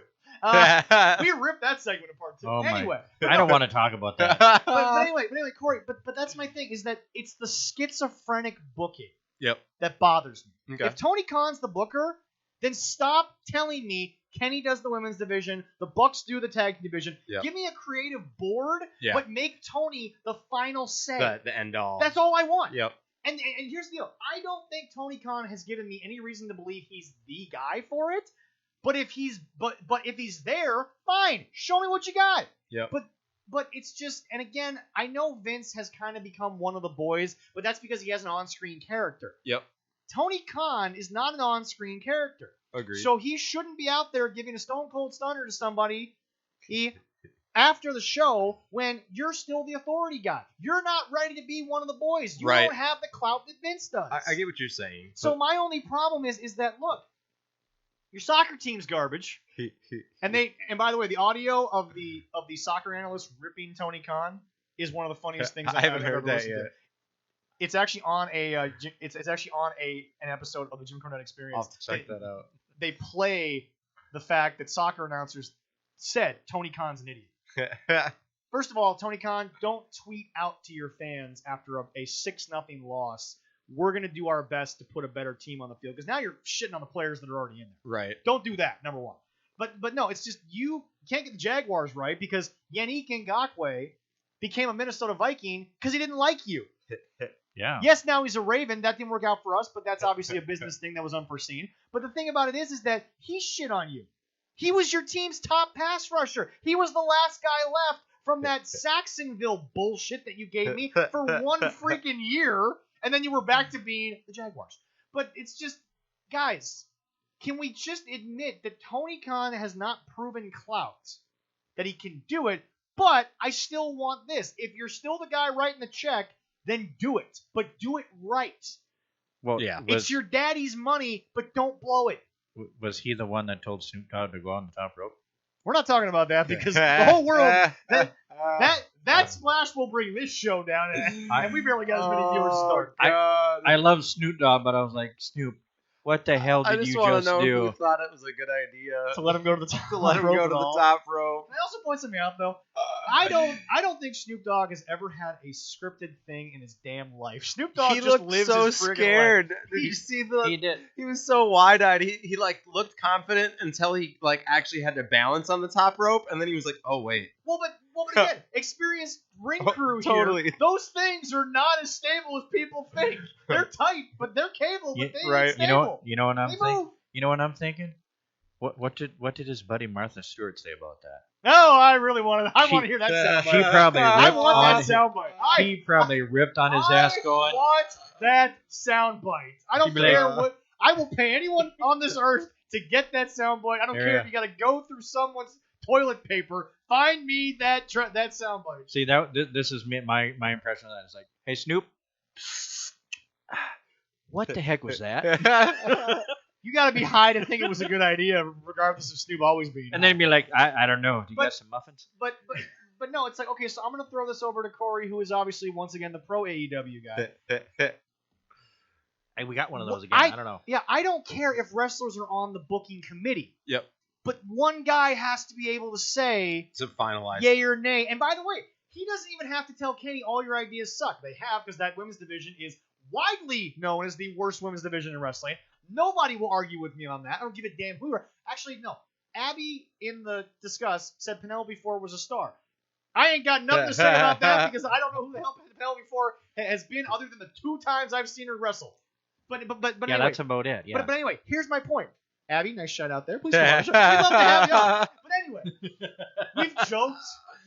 we've joked that Eric is only one person removed from the Bucks. Yeah. They are more than welcome on this show. I don't care what I've said about them. They're more than welcome on this show to discuss what we talked about. They can come to my kitchen, yes. Exactly. But here's my point. You don't have to tell Kenny not to do something. Right. But you have to tell Kenny, okay, but we have to make sure that we give it the time that it exists. Right. I learned this from Be a GM mode in Raw vs. SmackDown 2007. You lost points when you took a guy off TV one week. Yep. Yeah. I found out later that the only way to actually win the cup of most ratings wasn't even the ratings war. It was you had to win the 3 matches at WrestleMania at the end with a story that was in the game. But anyway, sorry, spoiler alert from a game 13 years ago. But no, here's my point. All I'm asking for is that it stops looking like a show that is booked by 4 people. Because it looks like a show that's booked by 4 people. I see what you're saying. I think individually the stories could be good. I think there's taken out of it. I think there's a pro and a con to that. Well, there's definitely a con in here, but that's a whole other story. I think the con is kind of what you're talking about pulling certain wrestling fans out of it all of a sudden when they were in it, maybe a storyline beforehand. Gave me the best friends for 20 minutes, but then I get MJF for 45 seconds. Are you kidding me? I think what they're trying to do is they're trying to take all these different types of wrestling and slam it into one show. On one hand, that can work. It's a little bit for everyone then. But on the other hand, like you said, it pulls certain wrestling fans completely away in a split second. We've called it this. We've called it indie booking with a TNT spot. And what I've said is that when you book an indie show, your match in that promotion is maybe once a year, maybe, depending on if it's a local show or if you traveled cross country for it. Yeah. So you have to give everything you have so that they ask you back. Right. The problem is that they still have the mentality of every Bucks match has to have a spot that they did in Japan, that they did for me and Hopkins. But the problem is you're on TV every single week. Every week. 48 weeks out of the year, you're on Wednesday night. So you don't have to give me a highlight 51 times. And I think some of that is slowly starting to come around. You know when it slowly left was around March before COVID. Yeah. They had 6 weeks where I'm like, okay, they've turned a corner. Yeah. But then they went back to it. And that wasn't COVID's fault because it was the same people. Right. And then they do this. And I'm not pointing my finger because I'm I know. I'm very spread out. I'm Scottish. This is what we do. Anyway, you were saying. I think they're slowly getting there. I think one of the hard things about trying to marry that many types of wrestling together is how do you do it in a fluent way that... Does that mean they signed too many people? I don't think they necessarily signed too many people. I think they've just been too slow at rolling some of the other ideas out. You know, getting that second show on TV. Well, I said a long time ago, why is Dark not more conducive to the other stuff that aren't on the TV? But the problem is that Dark just became an extension of Dynamite. I think one of the biggest Not anymore. One of the biggest issues I have with Dark, personally, is Dark is very predictable to me as a wrestling fan. Because I'm watching the guys who are, I'd say, between lower mid-tier and upper mid-tier get their wins over the jobbers and the new guys. What bothers me is... It's just consistently that's what you see on Dark. What bothers me about Dark is you sold me on a sports-based presentation, which, by the way, the only way it's sports-based now are the records we see underneath. Yep. But the problem is that this is the trap of the 173-0 streak. Yep. All of a sudden, these guys have records I don't know because I'm not taking my Tuesday night to go to Dark. Yep. Because I might be working. I took Wednesday nights off to watch NXT and Dynamite, but Tuesday night I'm not going to YouTube. That's like one of the things I think AEW that also helps and hurts AEW, depending on which side of the fence you land on, is whether or not you watch BTE or not. If you don't watch BTE, I feel like you're missing a lot that stems to AEW Dynamite. But why feel like if you... But why is your YouTube channel giving out national television because Easter that's eggs. because that's what the Bucks and the Elite have done since they were in New Japan. Which is fine. So I think they've just kept doing that kind of as like a, for the fans that have been in it for that long, it's kind of like a being in the know type thing. But now you've come into the biggest problem with the ratings that I read off earlier. This, and Jim Cornette has yet to be wrong. I'm sorry he hasn't. They are doing a show for their fans. You're not wrong. Which is fine, but we've discussed on the show that $175 million they got from TNT? I believe so, yeah. yes. Yeah, that's a lot. Yeah, but here's the deal. Hold on. We did the math on the show. It's not even $1 million a show. Okay. TNT's basically paying for the arena, and then Tony Khan's footing the bill for everything else. Now, whether he's profiting off it or not, I don't know. Right. But my point is that in 4 years, don't go ask for more money if you can't raise the ratings. Right. If they're willing to accept 4 years, $175 million for the next 30 years, fine. I don't care. But don't sit there and pretend you have a negotiating tactic. Yeah. And by the way, Tony's guy is out at TNT, and Eric was on the show shortly after that happened, and he said Tony Khan wasn't worried. I'm like, I know you ain't worried. It ain't your money. But your dad has to eventually get the Jaguars on television. Nobody wants to watch a Jags game. Nobody wants to watch his soccer team because they're garbage. Yep. You have to bring up talent. Trevor Lawrence is going to sell more tickets than the Jaguars have in one game than they did since Saxonville. He's going to. He's also probably going to debut on Dark, but that's a whole other story. But they might get a coach, too, that sells some tickets, too. But my whole thing about this is, Leroy, is at the end of the day... It's a hot mess. It's painful to me because, again... That's what I call it. Because, again, if you're willing to just entertain your friends in the backyard, that's cool. But if you want me to take you seriously, I'm not saying you have to immediately say, hey, every week it's for a new casual fan. Raw's got a bit of an issue with that right now. We've highlighted that numerous times on the show. Yeah. But, guys, you can't tell me that you're winning a war when NXT is the C show in production. Yeah. Vince doesn't give a rat's hairy ass. And that's one thing I was saying earlier. Remember I said earlier that fans on both sides have to be honest with each other. And I think that's one way that AEW fans aren't really honest is... Except for the fact that everyone hates Joey Janela, but that's a whole other story. That's a whole other story. Yes, it is. Bad boy. Sorry, I had to do it for the show. Anyway, I think... I'm contractually obligated that when I say his name, I have to do that creepy little thing. I think one of the ways that AEW fans aren't honest about it is when talking about the ratings war. And... You can't compete with Raw's lowest day ever. It's right. Your highest rating ever, which was your first week, over 1.1 million. Yep. Raw got chewed out for a 1.6. Mm-hmm. What? Yeah. Well, it's like how I watch it. Like this last week, I'm like do. Fast forward. I will say one thing about WWE's fan base though too. Is WWE's fan base is also full of a lot of guys that say I'm never watching WWE ever again, and then watch it week after week after week. Oh, the lounge week after week. is the ultimate place where we arrest people for that shit. And so it's like it's tough to really say, I guess, how many of those WWE fans are actually enjoying themselves week after week. Okay. Now we're gonna go over some numbers a little bit later for something else, but okay, let me throw you some numbers that you hear. Because they did it on the Jim Cornette experience. And by the way, I looked up all these numbers and confirmed that Brian Last was not lying. Sweet. If you look at the ratings for AEW, when they were first starting to review them, they averaged about 800,000. Yeah. They stopped reviewing AEW for 3 weeks, dropped to 600,000. The very next week that they put them back on the experience, they were 800,000. So, that to me, because again, we're talking real numbers, you can't dispute this, that tells me that people are watching just so they can listen to Jim rip it the next week. I know that's not something that you should care about if you're AEW because you're still getting the number. Right. But that's how fickle your audience is.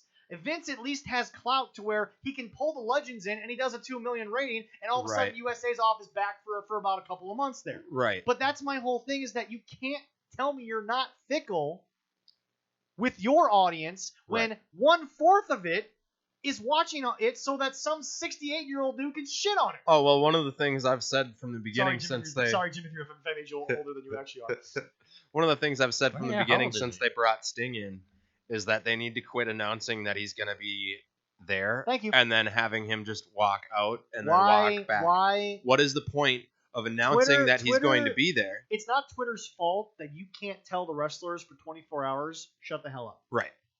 The Dudley Boys came back to WWE against New Day. No one knew about it. Michael Cole, that was the most honest I've heard him in 10 years, was when the Dudleys music hit, because he didn't know. Right. And I think Michael Cole has been labeled as this bad announcer generic because he has become so scripted. Well, I think that's been a problem. Yeah, I don't think that's his fault. No. I'm not saying it's his fault. But what I'm saying is that Twitter, yes, is a problem. Yeah. But you as a company, and it's not censoring your people, because again, as we've proven with the political landscape, and as I've explained, and I'll just say it, as I've explained with Trump getting banned from Twitter, we're not going to get political on it, but the Constitution of the United States First Amendment does not apply to a private institution. Businesses, correct. Twitter has the right to do it. By the way, it's the terms and services you agree to. Not only that, but by the way, I have friends who continually post that thing on their Facebook. I do not give Facebook the right to use my photos. You did when you joined. When you hit accept, you gave them the right. I'll totally rip on Trump here. He got banned from all social media because he's a dumbass. Fair enough. And Jim Cornette is only 59. Exactly. All right. Sorry, Jim. Sorry, Jim. But here's my point. The fact is that you are not telling your people you're not allowed to have Twitter, because Twitter's set up some great rivalries over the last. Right. Oh yeah. I think Twitter's been great for the wrestling landscape. But here's the deal. You can tell them for 24 hours. Shut up. Not even shut up. Just don't show a picture of the Dudleys. Yeah. The one, by the way, I want to point this out. Indo Shear, they're gone, not just because I think they're probably going to move to NXT in India. Yeah. They're also gone because one of them couldn't stop from posting that Keith Lee won a greater. By the way, they still kicked AEW's ass, and everyone knew the spoiler. Yep. That was a damn good show. Exactly. Yeah, it was a good show. But my point is that he could have posted that video Wednesday night. Yep. At 10 local time, wherever the hell they were. Yep. But he couldn't help himself. So all you got to do is say, look, here's the deal. Here's the punishments if you do this. But it's not censoring your people. It's saying, right, wait 3 hours. Yep. That's it. Let us get our pop. Thank you. But that's my point, is that Sting has been about as boring as the partnership. I am curious to see what they do. I mean, because obviously you have to have some sort of idea. You know, there's obviously, I think Darby's a great idea. I think Darby is a good idea. The problem with me is I think Darby's the best guy to work a cinematic match, because that's Darby's character. Yep. But my problem is this. Okay, you want to do cinematic with Sting? Fine. Stop shitting on the fact that Taker didn't do it. Agreed. Because the fact of the matter is that Mark Calloway is an actual wrestler. We've talked about it. Loved Sting. Loved the memories. He's not a wrestler. He was a bodybuilder who got lucky. Yep. Okay? He just happened to be a better student than Warrior. Right. Okay? The Blade Runners were two guys who had the look. They were body guys. And remember, they went to the perfect places. The guy who was the student went to WCW, which at the time had more veteran, old school feeling leadership. Yep. Jim Herd, the Crockett idea. Yep. And Vince was able to make Warrior into a television star. Yep. But my point is this. Sting and Taker, at that point in their careers, and remember, it was never Vince's fault that Sting didn't go there. Right.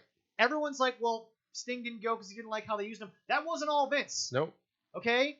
Booker T worked his way back up, but that's Booker's mentality. That's who Booker is as a person. Yep. Sting already had a name and said, I didn't want to do that, and that's fine. Yep. If Booker wants to work. If Sting doesn't want to work, don't work. I don't care. Right. But my point is this, is that you've shit on me, Spot Monkey Wrestling, with the fact that Sting is going to do cinematic, and I'm okay with that, but stop leaking the things that say that Vince didn't want to do the match. It's a promoter versus a guy who has believed hype that was created because of the people he was with. Ric Flair made Sting way more than Sting made Sting. I would agree with that. Sorry, that's just the way it goes. Yeah. But it's just, that's my point, is that, and you know what? Let's just throw this topic in there. Goldberg or Sting? who was ultimately better? Yeah. In my opinion, I'm going to go Sting in terms of a wrestling career. In terms of impact long term, it's Goldberg 9 times out of 10. Yeah. But I did put in that too for now, but I'm not worried about what is happening then. I mean, now. Thank you. It's not, because everybody's like, oh my God, Sting, yes. And they see Goldberg come on, oh my God, I can't. This is you going back to blinders are on both sides. Yep, absolutely. You can't tell me Sting is the... Well, and here's the other thing. Okay, I always watch sports talk, and I always use Colin Cowherd as my sort of measuring stick because he at least gives me analytical numbers. Yep. Jim Harbaugh is about to sign a 5-year extension in Michigan. And people were like, he's done nothing since he's been there. No. You're averaging 9 wins a year. That's you something. are. Yep. Is 9 wins a year. You don't have the national championships that you think you have. Right. Minnesota Golden Gophers have about as many as you do, and their brand has never been built like yours. Right. But they're arguably a more successful program in history. Right. But to Leroy's point, we're talking about now. Michigan's been garbage for years, and Harbaugh is at least getting good classes of recruits. Yep. He's winning 8 to 9 games, which is historically what you are. Yep. And sadly, I think AEW has forced a lot of people to realize, okay, what was Sting's career really when you take away the highlight packages, when you take away the fact that he was the last lone soldier of a forgotten war. Right. If you take away the very writing that was given talking to him, points. Exactly. What was he? He was a bodybuilder who got in with another bodybuilder. They were rawer than shit. They both got lucky because they went different places. But in my opinion, yes, I know he got hurt, but Sting going to WWE exposed him for what he was, and Warrior going to WCW exposed Warrior for what he was. It's funny you say that because I was going to say that about Warrior, is that it's funny how they both originally went where they should have gone.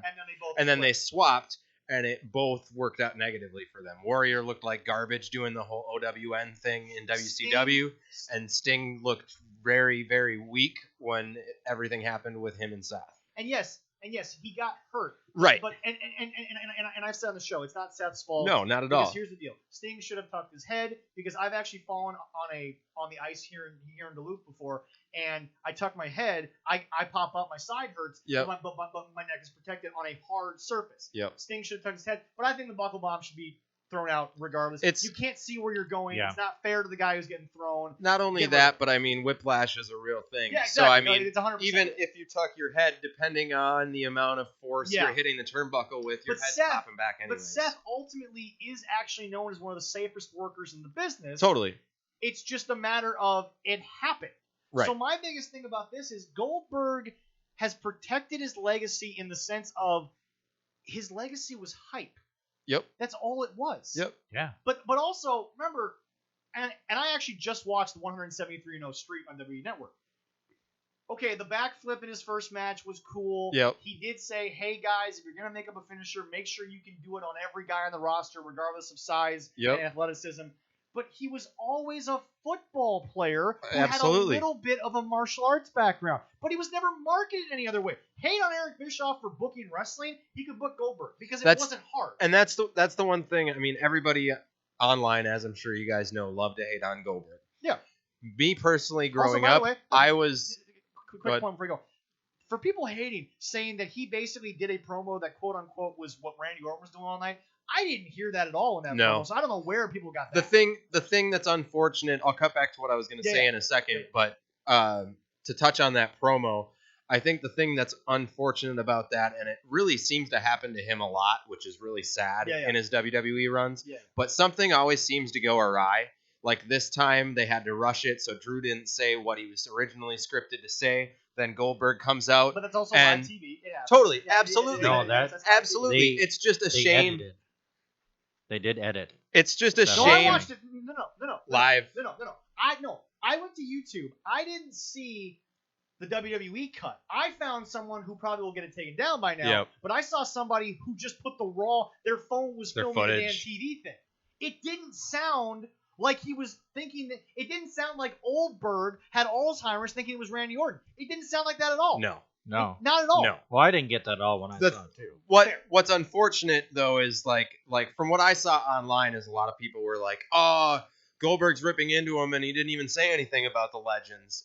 And from what I've seen in the dirt sheets, Drew was originally supposed to say something. Ric Flair had a botch on that show. Yep, Ric Flair had a botch too. And then obviously, as we know, it came out that timing was an issue. Yep. And so I just think it's unfortunate that Goldberg always seems to get a bad rap in WWE. He has such a black cloud when he comes to WWE. He does, and I think what doesn't get highlighted is the man works his ass off. Oh yeah.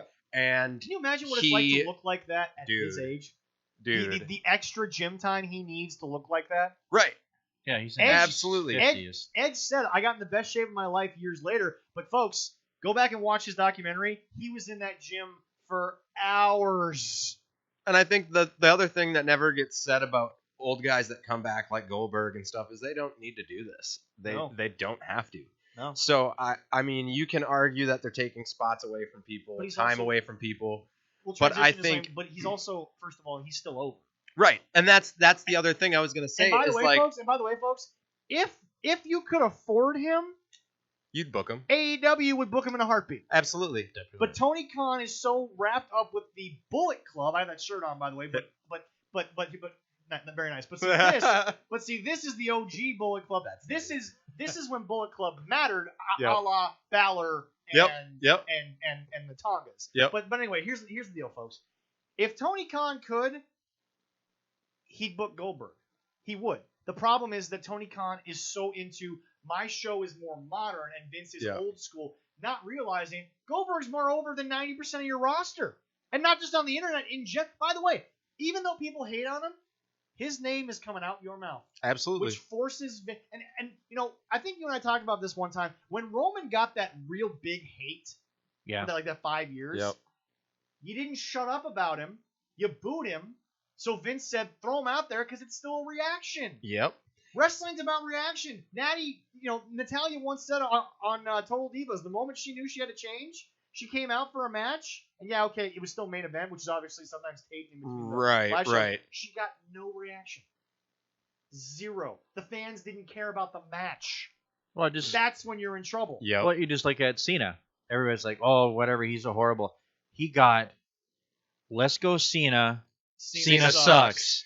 I mean, it was boom, boom, boom. Cena sucks. But he got chanted by every arena in every town in every country. And he loved it. He was like, yes, he did it.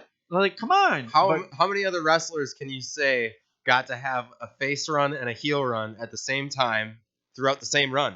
That's the thing.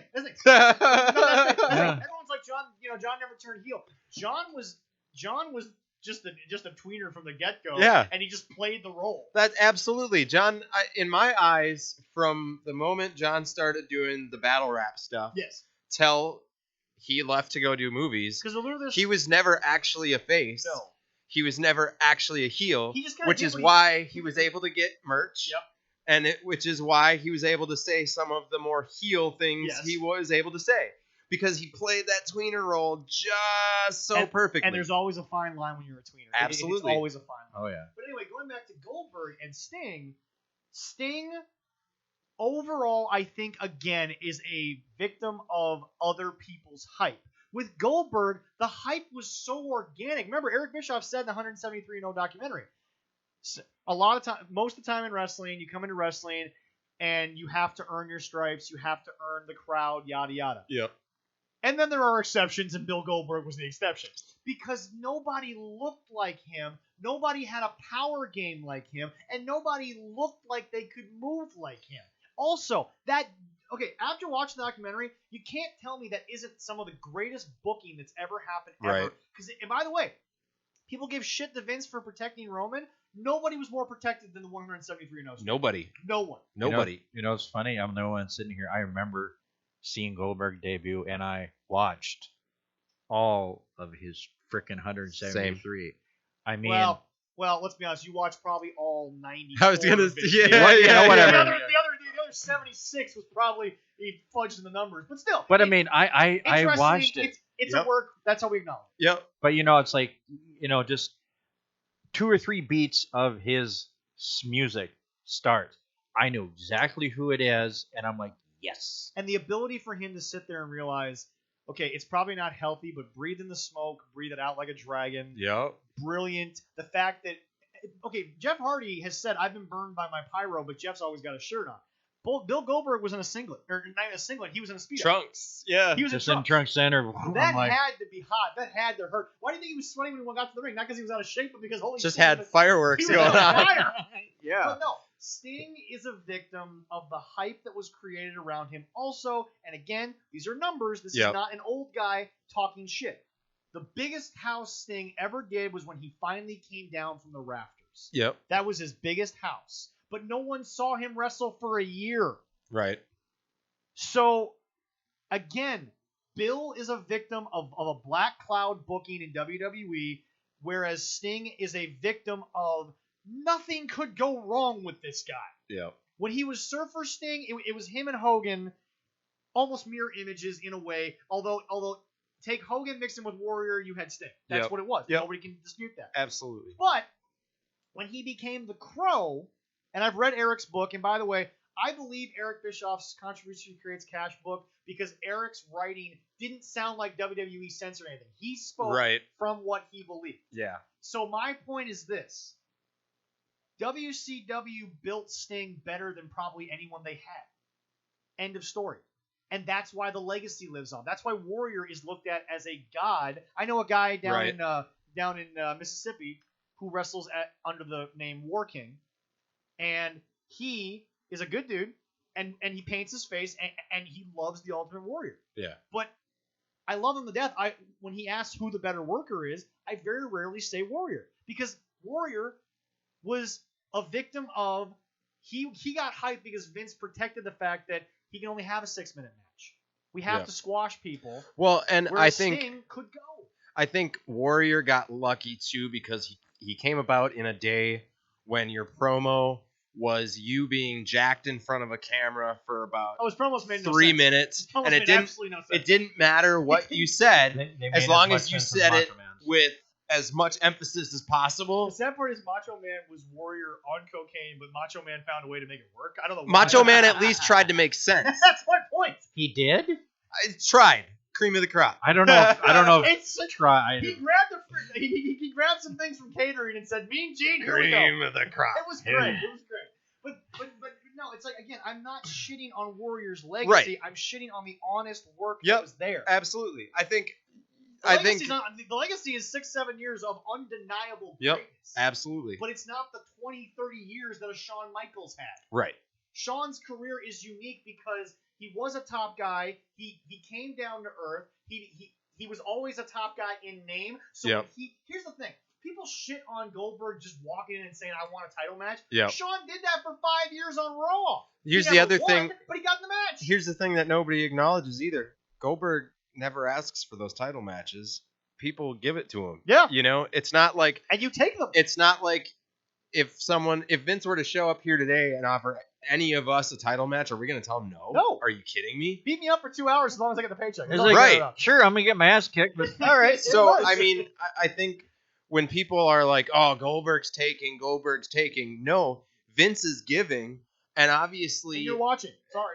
You're watching as well, but it also, I think it says something to the stock of Goldberg if Vince is continually each year putting him in the title picture. And by the way, folks, those 2 matches a year that he's more contracted to, they get more press from internet hate than some of... And again, and let me ask you this, because this is something that I want to talk about before we get into Elevation.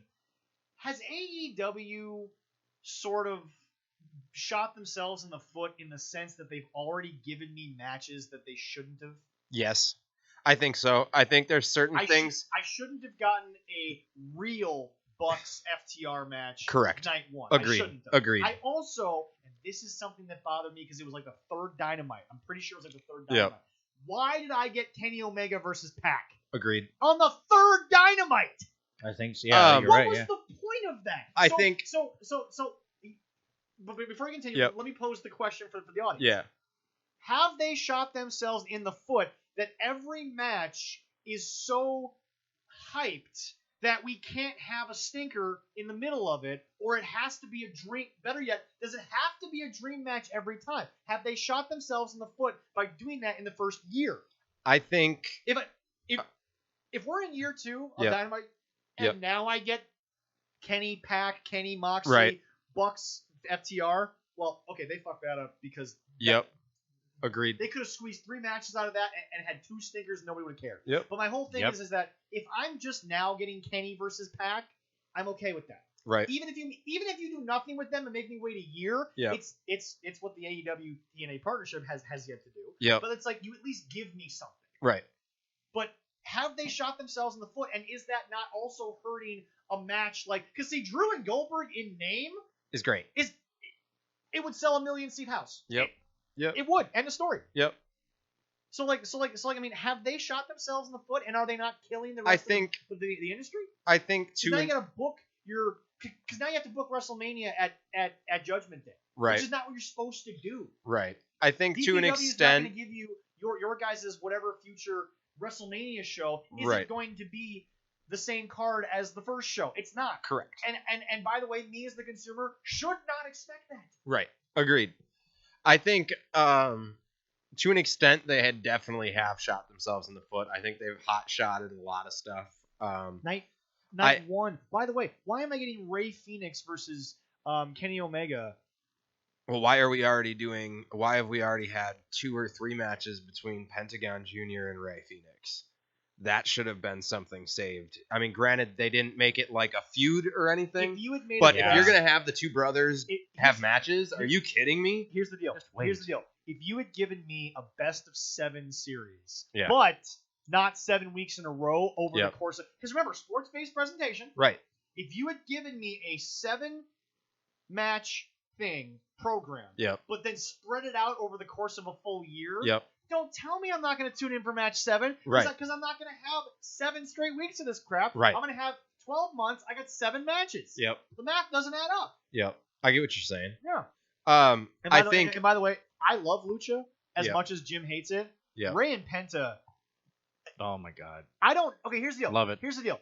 Those are 2 guys that, yes, I know they're brothers. Yeah. But those are 2 guys that you can tell, because in the wrestling business, there's been very few of these guys. Rock and Stone Cold were obvious picks. They just get in, and for some strange reason, when they're in the ropes, it's natural. Yep. It's a natural feud. And I'm not saying it's because they're brothers. No. They have a chemistry that is just unwritten. You can't write the chemistry. Agreed. Because, by the way, they had those matches in Lucha Underground, and they were fantastic. Yep. Oh my God, I loved them in there. They were so good in Lucha Underground. Yeah. Oh, I love it. Did you see MLW teased some Lucha Underground stuff? I'd be okay with that. Oh. They teased, I can't remember what the exact tease was, but they brought up the address where Lucha Underground was filmed. Oh, in Boyle Heights. Yep. Yeah. They brought up just little minuscule teasings, but it's got the dirt sheets going just crazy right now. That company only died because of the fact they couldn't keep a roster. Well, yeah, I mean, I think obviously money's a thing. But, I think the roster changed too much in seasons 3. I think it's hard to keep wrestlers when they're not. You're limiting them to only wrestling for Lucha Underground, but it's a TV show, so you're only filming for like a month, and now they can't do anything for the whole year. And they had a season. That was the thing about Lucha Underground. There was a season, and then they were gone for about. And so that's the thing is like, yeah, you do your month-long thing, but now you're just sitting at home for a year. How do you convince a wrestler to do that? And you know this. You can film 6 months of TV in a week. Right. Absolutely. And it wouldn't be that hard. No. Dude, look at when the pandemic... 5 8-hour days, Monday through Friday. The same thing that the average person works. Yep. You can film 6 months of TV. Totally.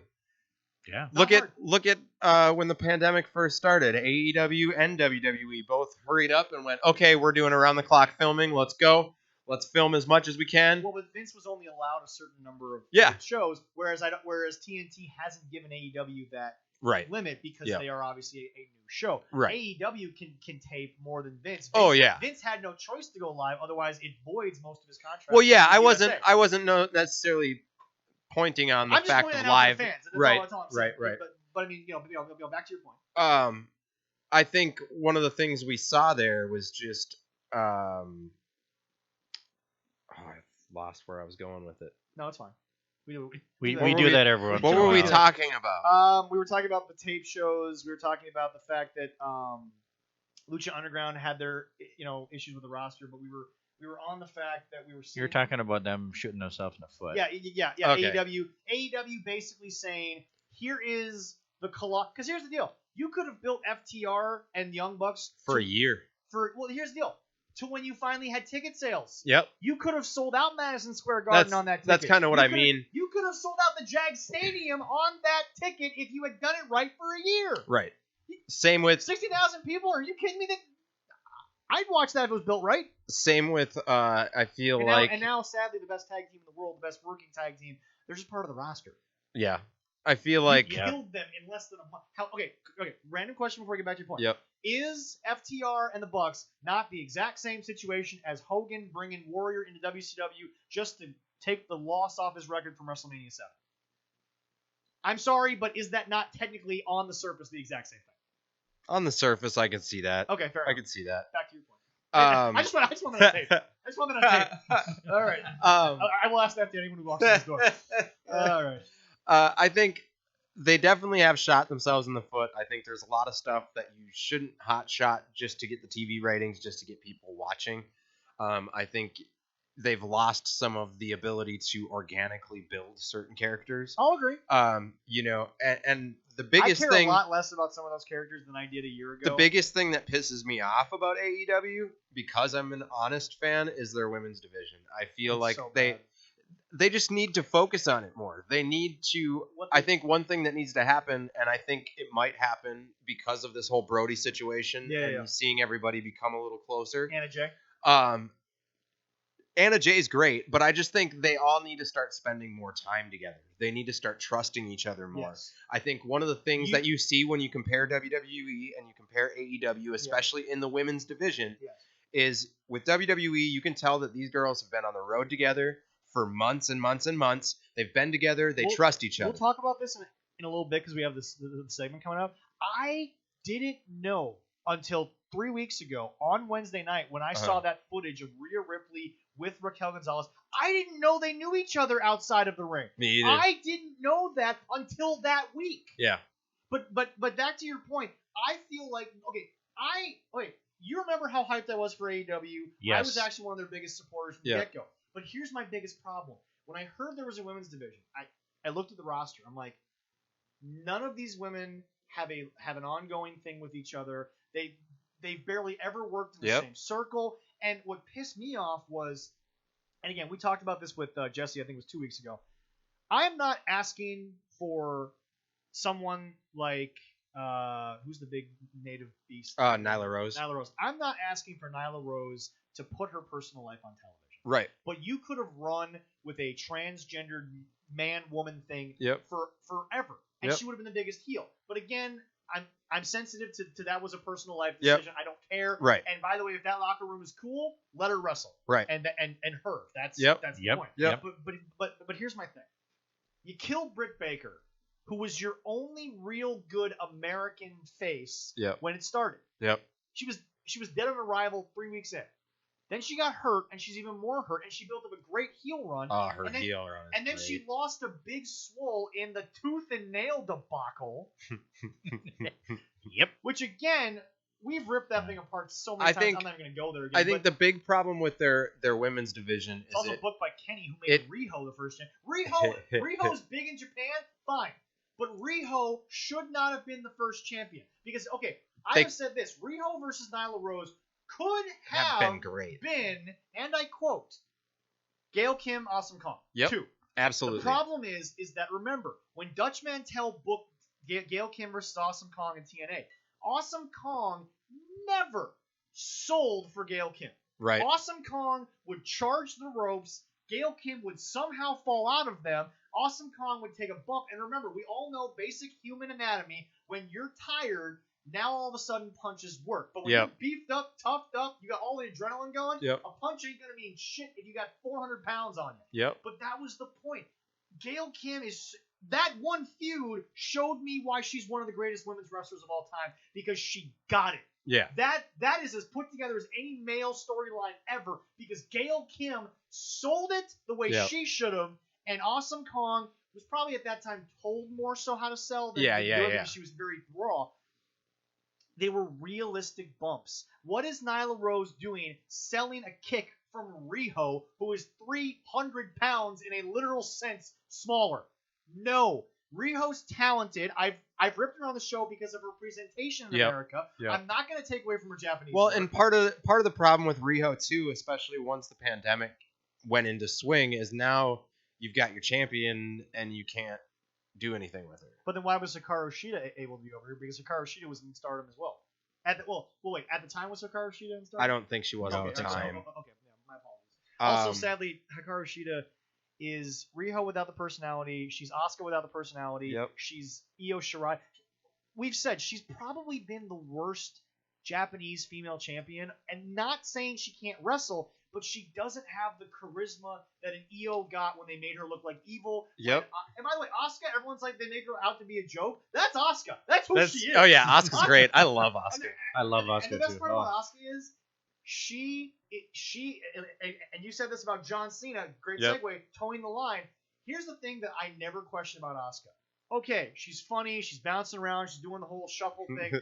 But when you piss her off and it's time for not ready for Asuka, I'm reminded why she was undefeated for 500 some days. Yep, absolutely. She can still go. She's great. And she turns it on at the right time. Mm-hmm. That's the thing. Turns it off, lets Charlotte be the thing, but then when it's time for Asuka to be Asuka, she beats the crap out of somebody. So right. My only thing about the women's division, which again, we could do a 2-hour show on that women's division. Oh, for sure. You and I ranked them. Women's divisions went NXT, clearly. Yeah, Raw and by SmackDown, far. In my opinion, are interchangeable when Becky's not there. Depending on the week.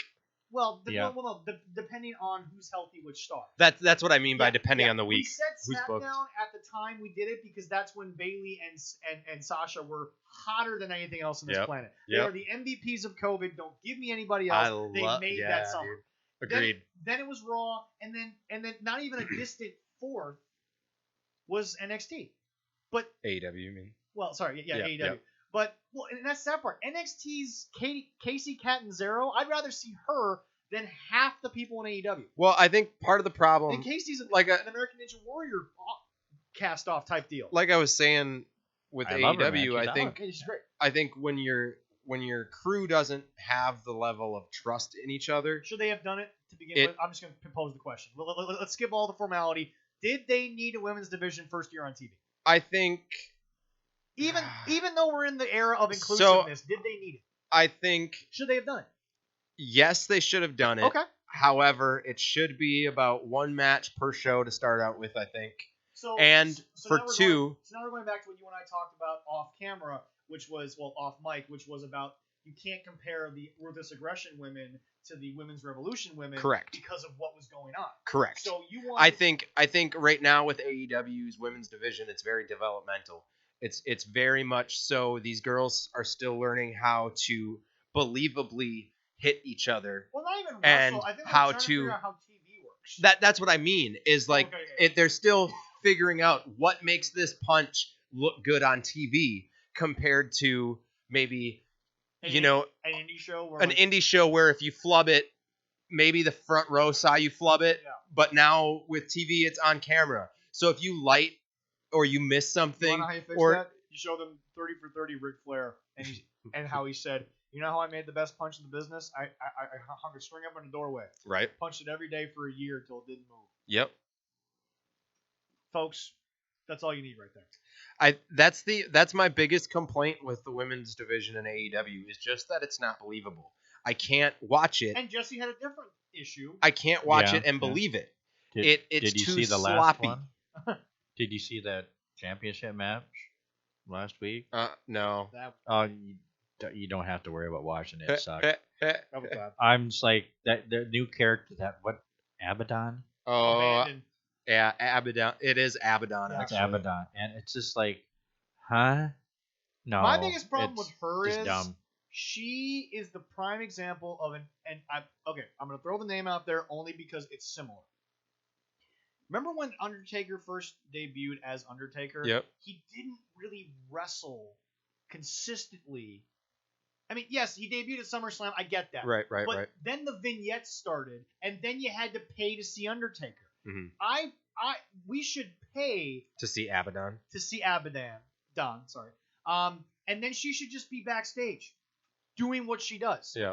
So once again, you have a character that is exciting people, but you're booking it like just a freaking house fire. Yeah, I know. I watched that and going, what the fuck?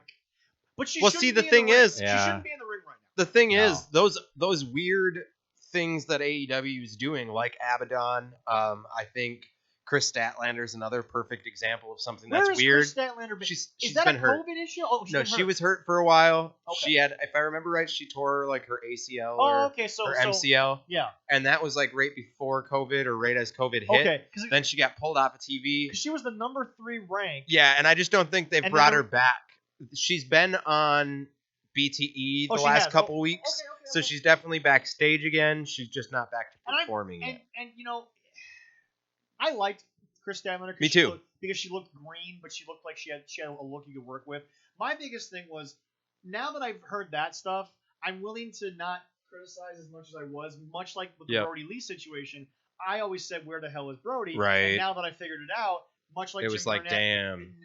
Much like Jim Cornette, now I praise the work because he was able to do it under those conditions. Right. And now I look at this and I'm like, okay, so they are featuring her in some way. I thought they just straight up got rid of and that's where like I've even had to tell people in the group, some people that are like, well, what about this with AEW? And I'm like, well, if you're not, I don't feel like you can fully judge the AEW product unless you're taking in all 3 shows. But if you're not, the question is it the Bucks' job to find a way to make sure that the mainstream audience is watching BTE more, is watching Dark more? Because they fail at that miserably. Right. And that is something that even if they sit here, fine, we disagree on wrestling, that's cool, right. boys. But you guys have had Dark handed to you. Yep.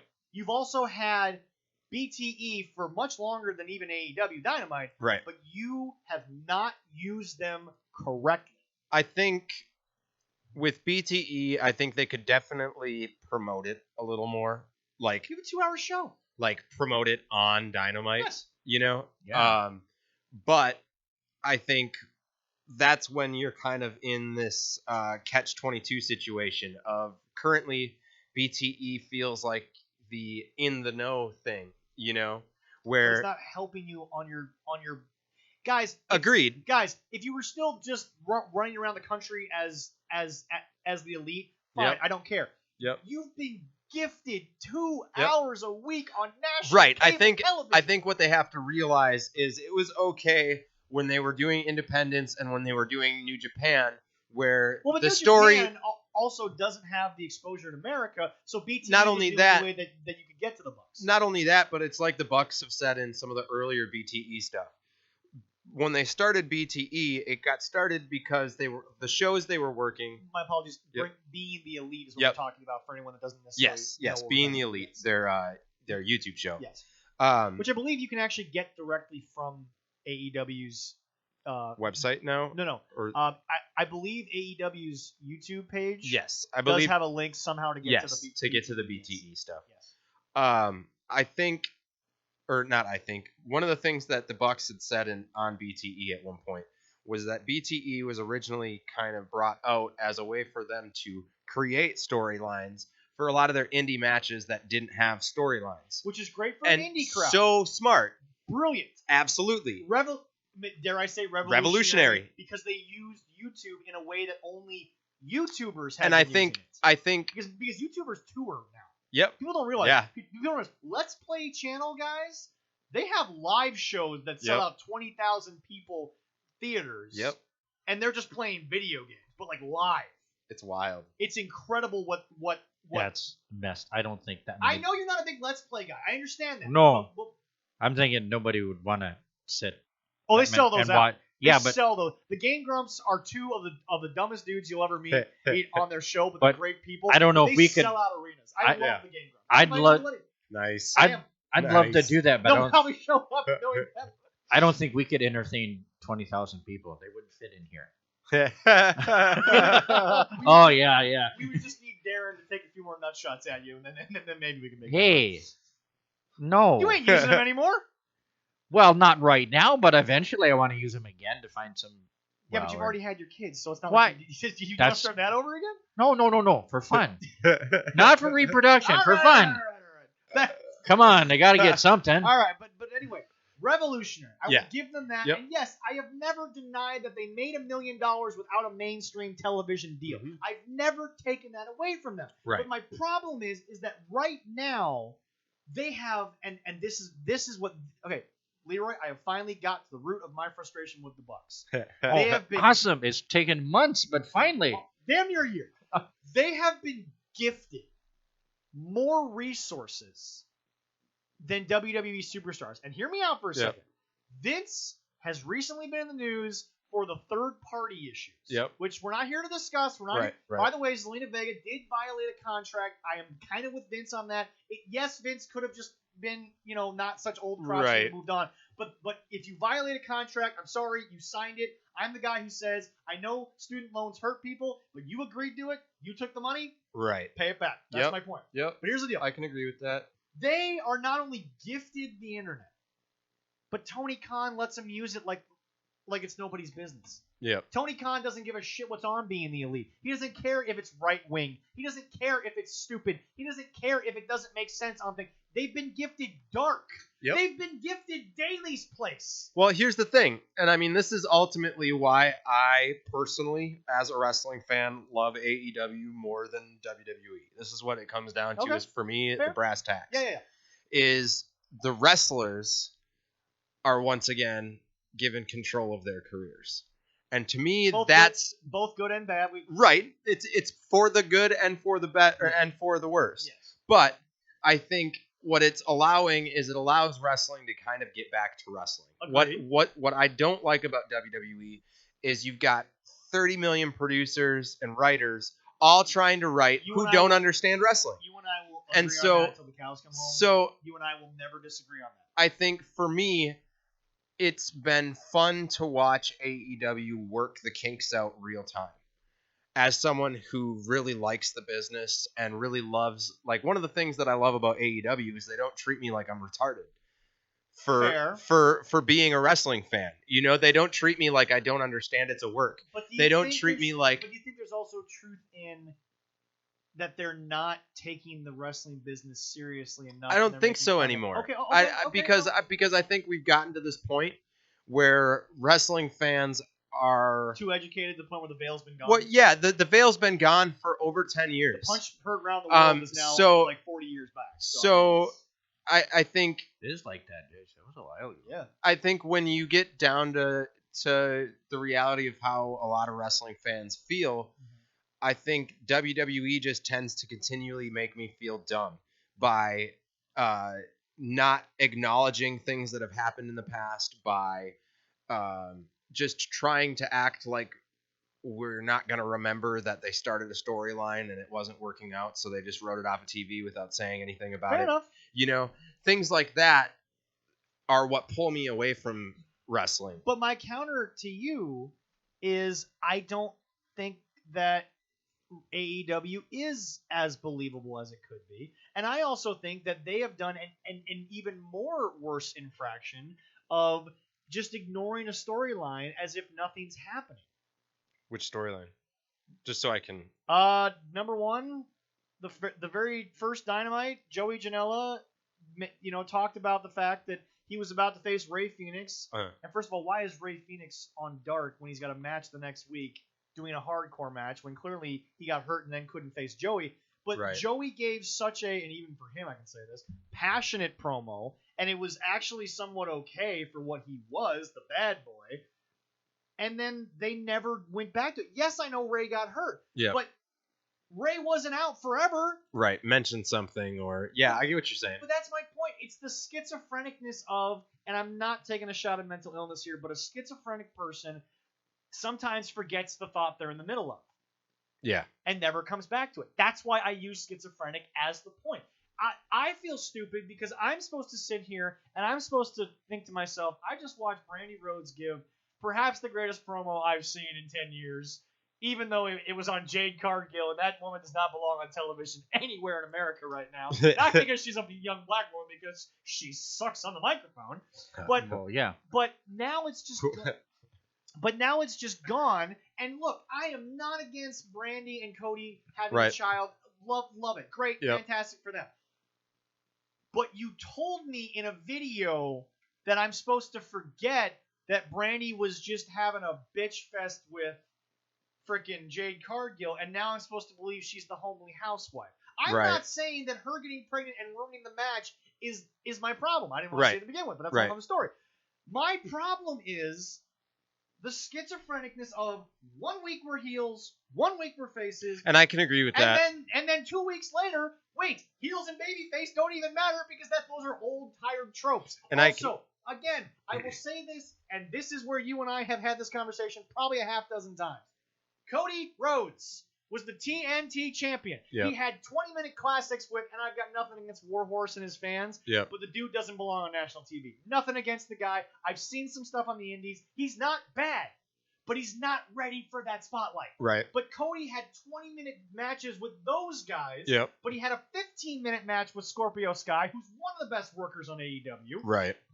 That was forgotten about because he brought in the indie dudes that no one gave a shit about on national TV. And then he has 20-minute matches with those guys. He has a match with Jon Moxley that goes to till someone dies, basically. and then Brody squashes him in 4 minutes and 31 seconds, basically. That's basically what it was. Yeah. And then Cody's gone to go film a show. Fine. Wrestlers have been doing that since the dawn of time. Right. But then he comes back. The hair's black. He's in a suit that looks like he should be in the Lazy Town ring. Yeah. Yeah. And then a dog collar match comes out of nowhere. Yep.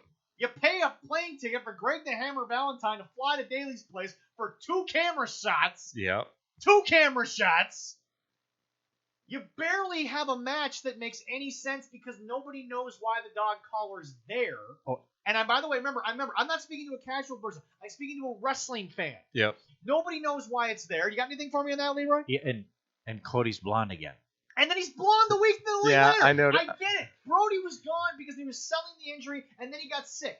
But folks, black to blonde, blonde to black. What was the point of it? Yep, I pointed that out too. That was one of the things. What was the hair thing. Point of it? And by the way, this isn't a random Brandy Jade Cargill. No one gives it. Right. This was the championship. Yep. This is a main television storyline. Well, this was your mid card title. Yep.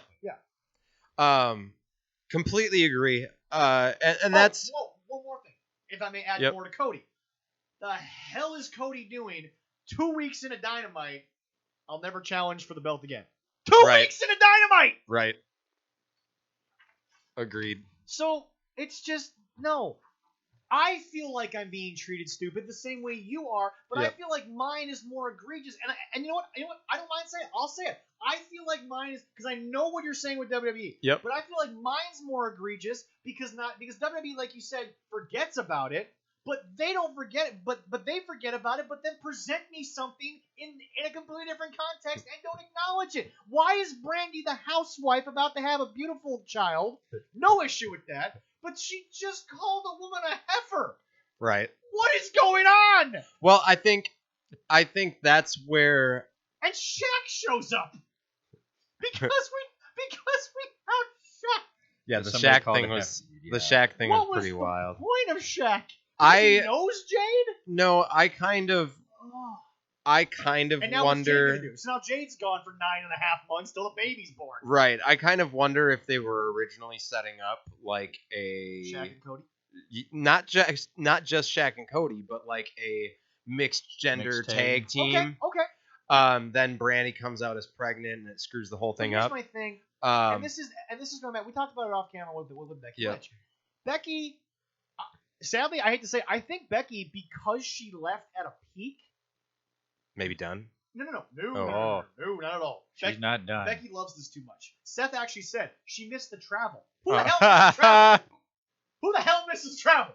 That's true. Anyway, Truth. No, guys. She's a crazy redhead. That's very true. Becky left at a peak, so Becky can come back to a peak. Randy's leaving at nothing. At a valley. A pothole. Well, yeah, I mean, okay, I said that Hey, that's a good pizza. I didn't agree with her being the first female on the roster to get an action figure either. Who do you think should? Britt Baker or Nyla Rose? Or even Riho? I think the first one either should have been Riho, being that she won the first women's championship. That's fair. Or based on the TV you've given me, that's fair. Right, or Britt Baker. Well, she was sleeping with one of the big guys. That's why she got the. I think Adam Cole, I don't think even wants to go to AEW. I think Adam Cole's happy with. I think Adam Cole's happy. Yeah. I also think Adam Cole's happy with WWE because Vince. I know Vince doesn't look at him and say, "Oh my God, it's Shawn Michaels without the drug problems." Right. But he does look at him as a guy that can carry. Not only that, but he's reliable. Oh, incredibly. You know, he's a safe worker. Yes. You don't hear about him even injuring the Panama anybody. Sunrise is actually, it's a Canadian destroyer that I don't think I'd be afraid to take. You know what? We forgot to do. Bay. That's fair. That's fair. We are contractually obligated. We got to do that. But no. So my point is Becky left at a peak, but Becky also had just gotten to a point where who was left to challenge her? I know the Asuka thing was there, but she also beat Asuka and she broke the curse issue there. She kind of righted the wrong.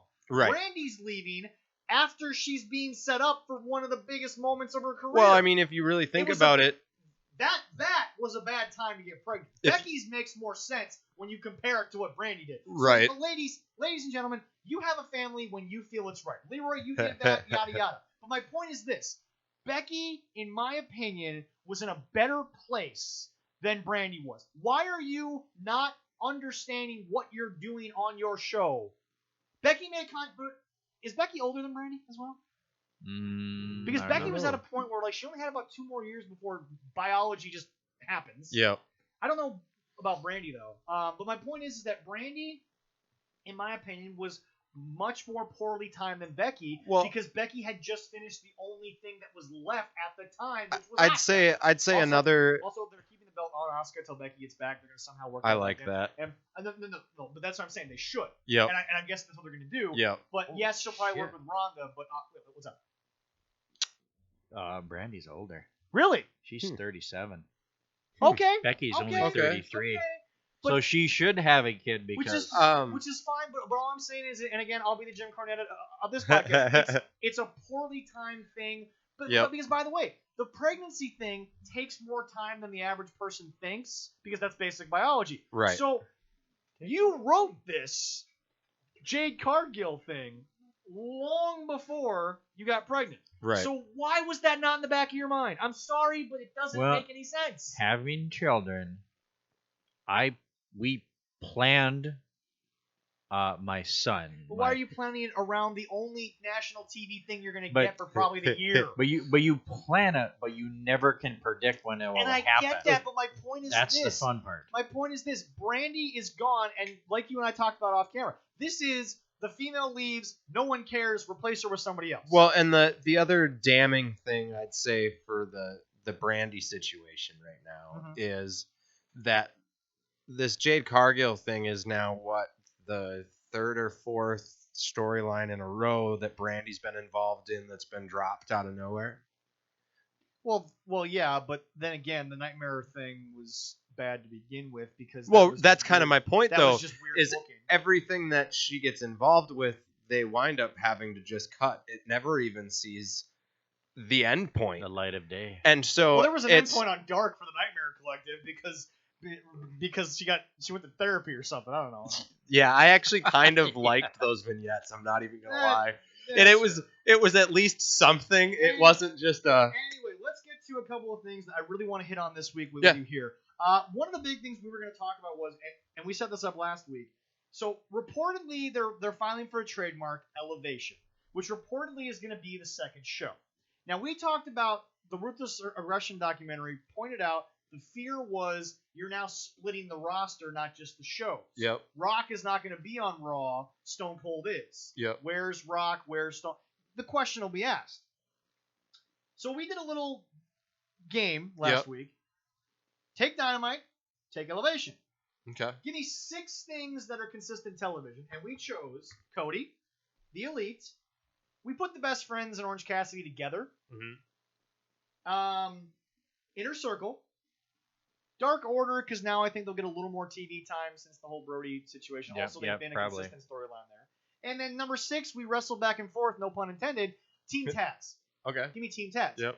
So, obviously, Dynamite's the flagship. It's the Raw. So, Cody, Elite, and Taz, because they're working with Cody, they're going to be on Dynamite. Yep. Are you going to get the same 800,000 people to tune in on a different night when your best is Dark Order, Best Friends, and Orange Cassidy, and I'm sorry, Inner Circle off Dynamite just doesn't make any sense. So my thing about it is and that's just 6 big things. Forget the rest of the roster. Mm. Here's the thing that we talked about. When they split Raw and SmackDown, when SmackDown became Paul Heyman's SmackDown, and Paul Heyman pushed those guys, and everybody fought for that. Yep. He still had stars. He had JBL as John Bradshaw Layfield, not Bradshaw. Yep. He had the Dudleys at their WWE peak, because in my opinion, they were better on Paul Heyman's SmackDown than they were on Raw. Yeah, yeah. But anyway, then you had Cena's come up. You had a good mid-card. Mysterio. Exactly. Mm-hmm. Mysterio's cruiserweight division was on. That's the best cruiserweight division. Agreed. Even better than WCW's cruiserweight division. Agreed. That was the best cruiserweight division because you had so much talent. Well, not only that, but if you look at it, you really had the best of the best of the WCW cruiserweight division, and I'd argue that they were in their prime when they were in WWE anyways. You gave me a watered-down version of Hoovitude. Yep. But you gave me a better version of Super Crazy, so it evened out, because that's the best Super Crazy. Well, and look at Kidman in WWE. Paul Fire. We talked about this. A tag team that never gets any love for being dominant. Paul London. Paul London and Brian Kendrick. Yep. Those two as a tag team. Oh, I loved watching those guys. And by the way, they were the Gail Kim in a lot of those tag team matches on SmackDown, but they made it work. Yep. But back to my point here. I will give 800,000 AEW. I won't even do 600,000. But let's now split that in half because you're having your audience. Okay. That 400,000, do you think they're going to consistently come back for Dark Order, Best Friends, and Orange Cassidy? And remember, the only good best friend that I think, Trent, is out for forever at this point. Even though Chuck, yes, I know he's got quite the following, and Chuck could maybe do well, but I want to see Chuck being the guy who actually takes the pinfall, because every Best Friends match is Trent for some reason gets pinned and Chuck's on the floor. But then you've got Orange Cassidy, who I don't think he works if he doesn't have the Dynamite behind him, the literal logo. Yeah. Look, we've gone back and forth on Orange Cassidy. Darren's very complimentary of Orange because it's a gimmick that not a lot of people can work with. Yep. But my point is this. Yeah, we're not up on the Julius, we think he sucks. Also, his rope thing is going to make me... Oh, my God in hell. Do you know about that? No. Oh, my God. Watch him hit the rope. Okay. He throws his right arm over the top rope, as you should. His left hand firmly grips the middle rope. Huh. I'll have to look at that. You'll never not see it again. And he does it every time. It's not a once-in-a-match thing. You'll never not see it again. I like this guy, but I hate him because he told me that. Because every time I see him, that's what I see. I'm like, damn it! So anyway, but it's just, do you think that Orange Cassidy can carry a show without a Jericho? Because even though a lot of us don't think Jericho was the best version of Jericho, he still carried Orange. And when Orange finally spoke on the debate, which again was stupid for a wrestling promotion, but at the same time it's Jericho, and he at least has the mind of Jericho, which means the dude's going to swing anything that happens, and he's going to make it on a sign or a t-shirt a little bit absolutely later. Because again, Chris has always been a genius. Oh yeah, Chris is merchandising, absolute genius. But my point is this. I've already seen a death feud between Jericho and Cassidy. So you're going to run Evolution on that again? No, I think so. The Best Friends also do the champions travel to each show? You're going to AEW message boards always say too many titles in WWE. But they're on different shows at least. They don't travel, and you can create a story for that show. SmackDown is the home of the Workmen's Championship, the Intercontinental title. That is the home of the Intercontinental Championship. Obviously, the world titles can always be argued. That's why we have Survivor Series. But And the United States Championship, Bobby Lashley's doing a great job on Raw with that. I would Her agree. business is fantastic. You need 2 tag belts because I think it helps because you have so many people on the roster. Mm-hmm. But you can't, and again, this is back to blinders, you can't give me there's too many titles when you have 2 shows. But now you're going to sit here and tell me we have 2 shows, we need more titles. You can't do that. You can't have your cake Right. and eat it too. Right. You can shit on 6 belts, but you can't shit on your 6 belts. You have to shit on both. Right. I agree with that. So okay, I guess our question for you is, because those are our numbers, we did them, it is this and that. Where do you go with elevation if Dark stays the same? So Or does Dark go away? I think what they should do. I also think that pure developmental will never work on national TV. That's why NXT had to become what it was, because pure developmental On national TV, correct. Yes. Correct. Which is why I think what AEW should do. Because OVW television is not what OVW does in their live shows. It's a much different presentation, although it still has the spirit of OVW. Right.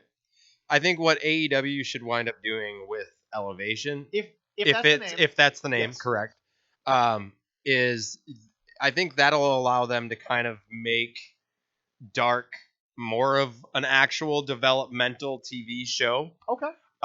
You start getting those younger guys who haven't had a lot of TV time, haven't had much. You can start getting them to kind of hash that stuff out on YouTube, where there's not going to be as big of an audience. You're not going to get so much backlash for stuff. Move the whole women's division to Dark. I'm sorry, please, just do it. That'll work, yes. Please. And then I think, because there is talent there. There is. Like we said, Chris Statlander, Britt Baker. I actually like Penelope Ford, but Mhm. up until this point in time, I'm sorry, Abby, if you end up listening to this, she has not been presented as a serious threat to anyone. I think just the presentation of Penelope Ford. I think there's a few women that would benefit from the ability to get more reps and more TV time. Big Swole being one of them. I really like Big Swole. I like her presentation. I don't like her in ring work. That's what I mean. Is I feel like more reps, more stuff, more. Can you imagine if Anna Jay gets more reps? How much better? Dude, she's already good. She's great. Yeah, that'd be great. But if you gave her a weekly spot on Dark, right? God damn. And that I think there's just certain guys that's really all they're missing is reps. they need more reps on camera. Okay. Not just more reps in the ring, but specifically on camera. But then in my opinion, for the benefit of elevation, mm-hmm. Dark needs to almost be forgotten on their national television. I would agree with that. Give me the little thing on the bottom. Yep. Excalibur, don't you say a damn word. Yep. I don't care. Agreed. Unless Shivani or Ross says you on Dark, unless they prompt you in, right? You don't bring up anything on Dark. Yeah. It needs to be left to its own devices because the problem is that if it's going to be developmental like you say, yep.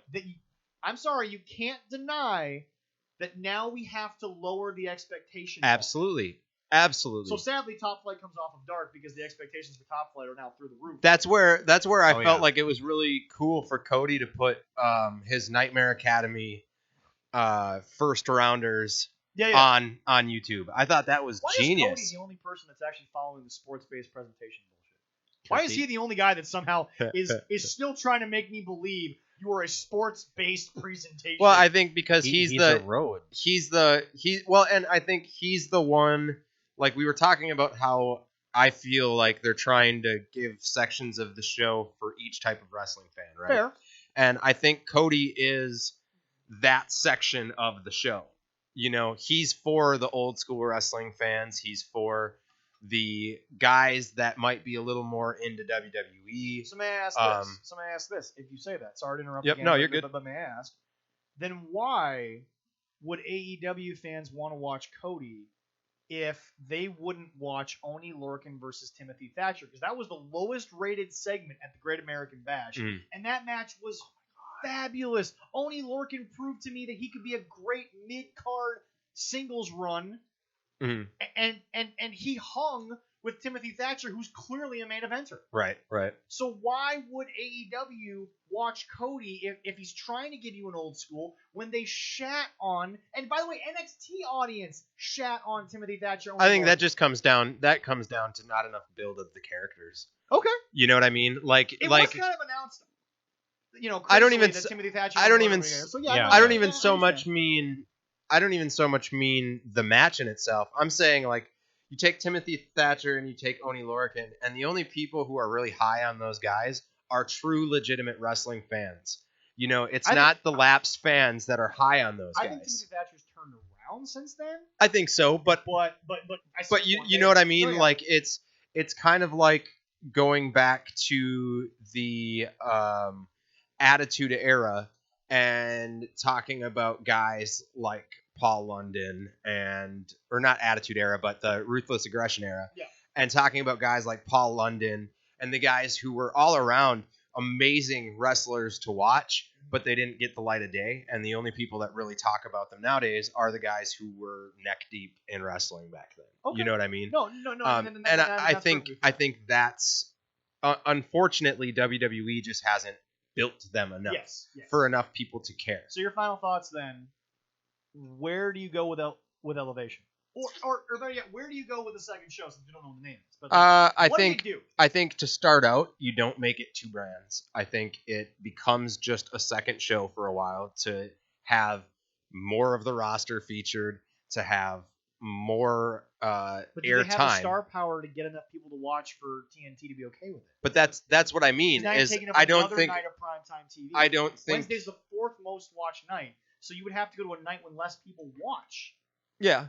I don't think you separate the brands at first. Okay. I think it just is another AEW show. So you have Dynamite. Didn't work out too well for Thunder. Just want to point that out. I agree. But I think you just do that at the beginning while you're still setting up some of these people. So you want what I mean? Fans to give them what, 6 months? 6 months, maybe another year total before they actually split into 2 brands. I'm okay with because you need to build. Yeah. You have to allow these wrestlers time to get people behind them. You have to allow yourself time to build stars. You can't just assume that people are going to follow these people because of what you've done so far. Okay. You know what I mean? And that's fair. It'd be like us at DPW being like, you know what? We're already the best wrestling in the area. We haven't even done a show yet. Right, exactly. You know? So you guys have done a great job of creating hype and not saying you're not better promising than anything. No, I think that's been promised, but the hype's still there. That's been our biggest thing in the admin group, especially, is just making sure that we're not promising anything. Right. You know, making sure that whenever we say something with Discover Pro Wrestling is going to happen, that it actually happens. Yeah, so exactly. that way. And the pros and cons of that is you back yourself into a corner that, I mean, you have to be on your game. Right.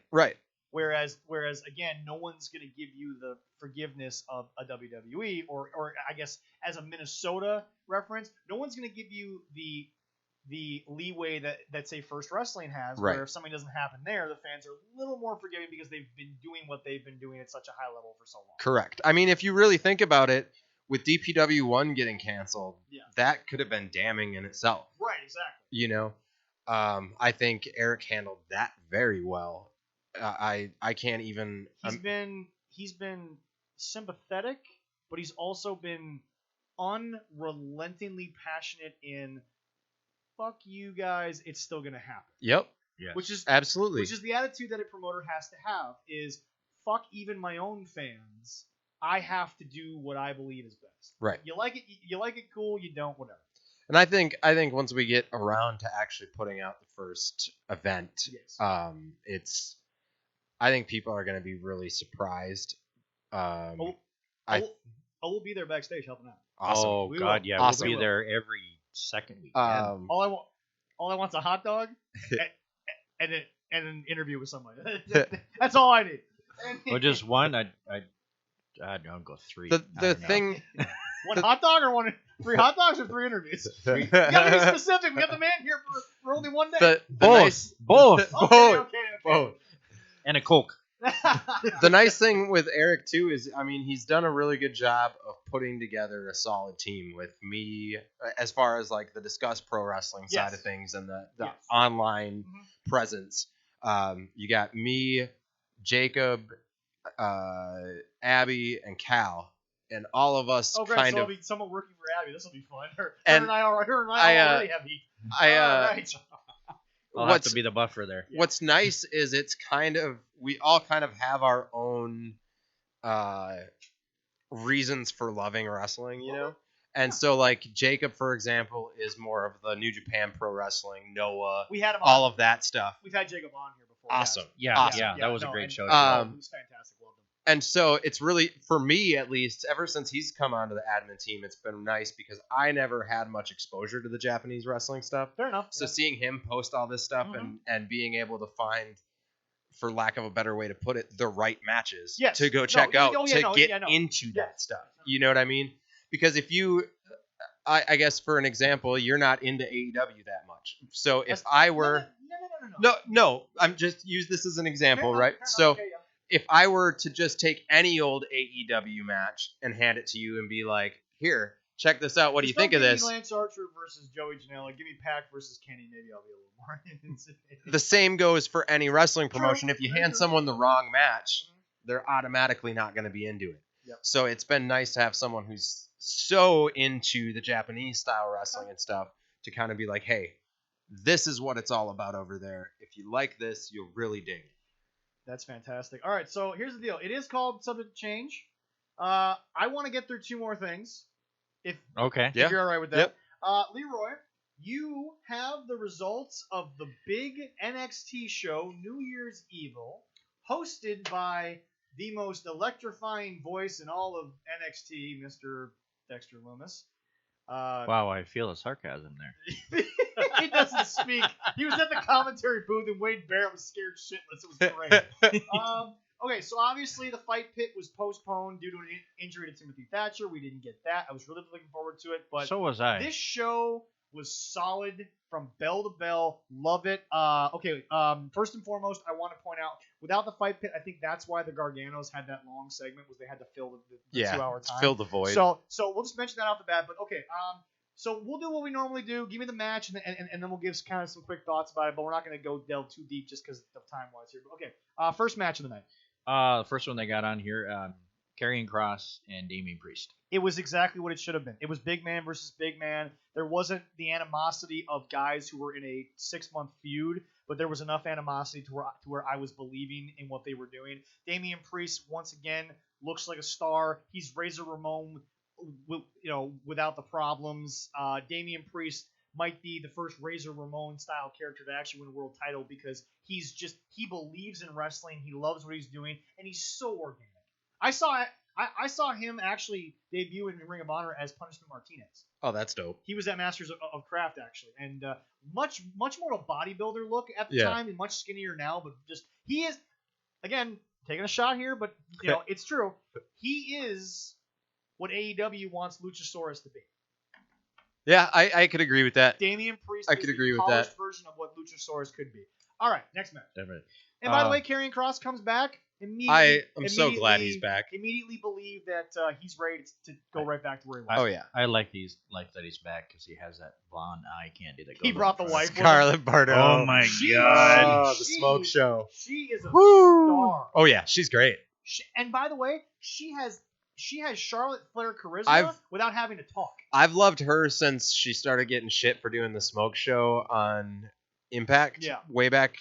Oh, I like when well, but it was the Kelly type of situation. But what I loved, I just loved the way she handled it. Oh yeah. The way that she went about it, of just like, look, guys, this was my idea. Yeah. Like, Impact isn't womanizing me at all. No. This was my idea. I'm doing it because I want to. Right.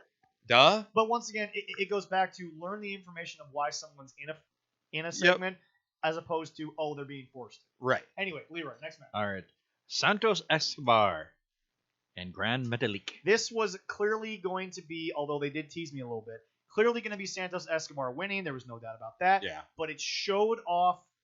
WWE and I'll get to this in our last segment. WWE has done one thing really well in the last 2 weeks.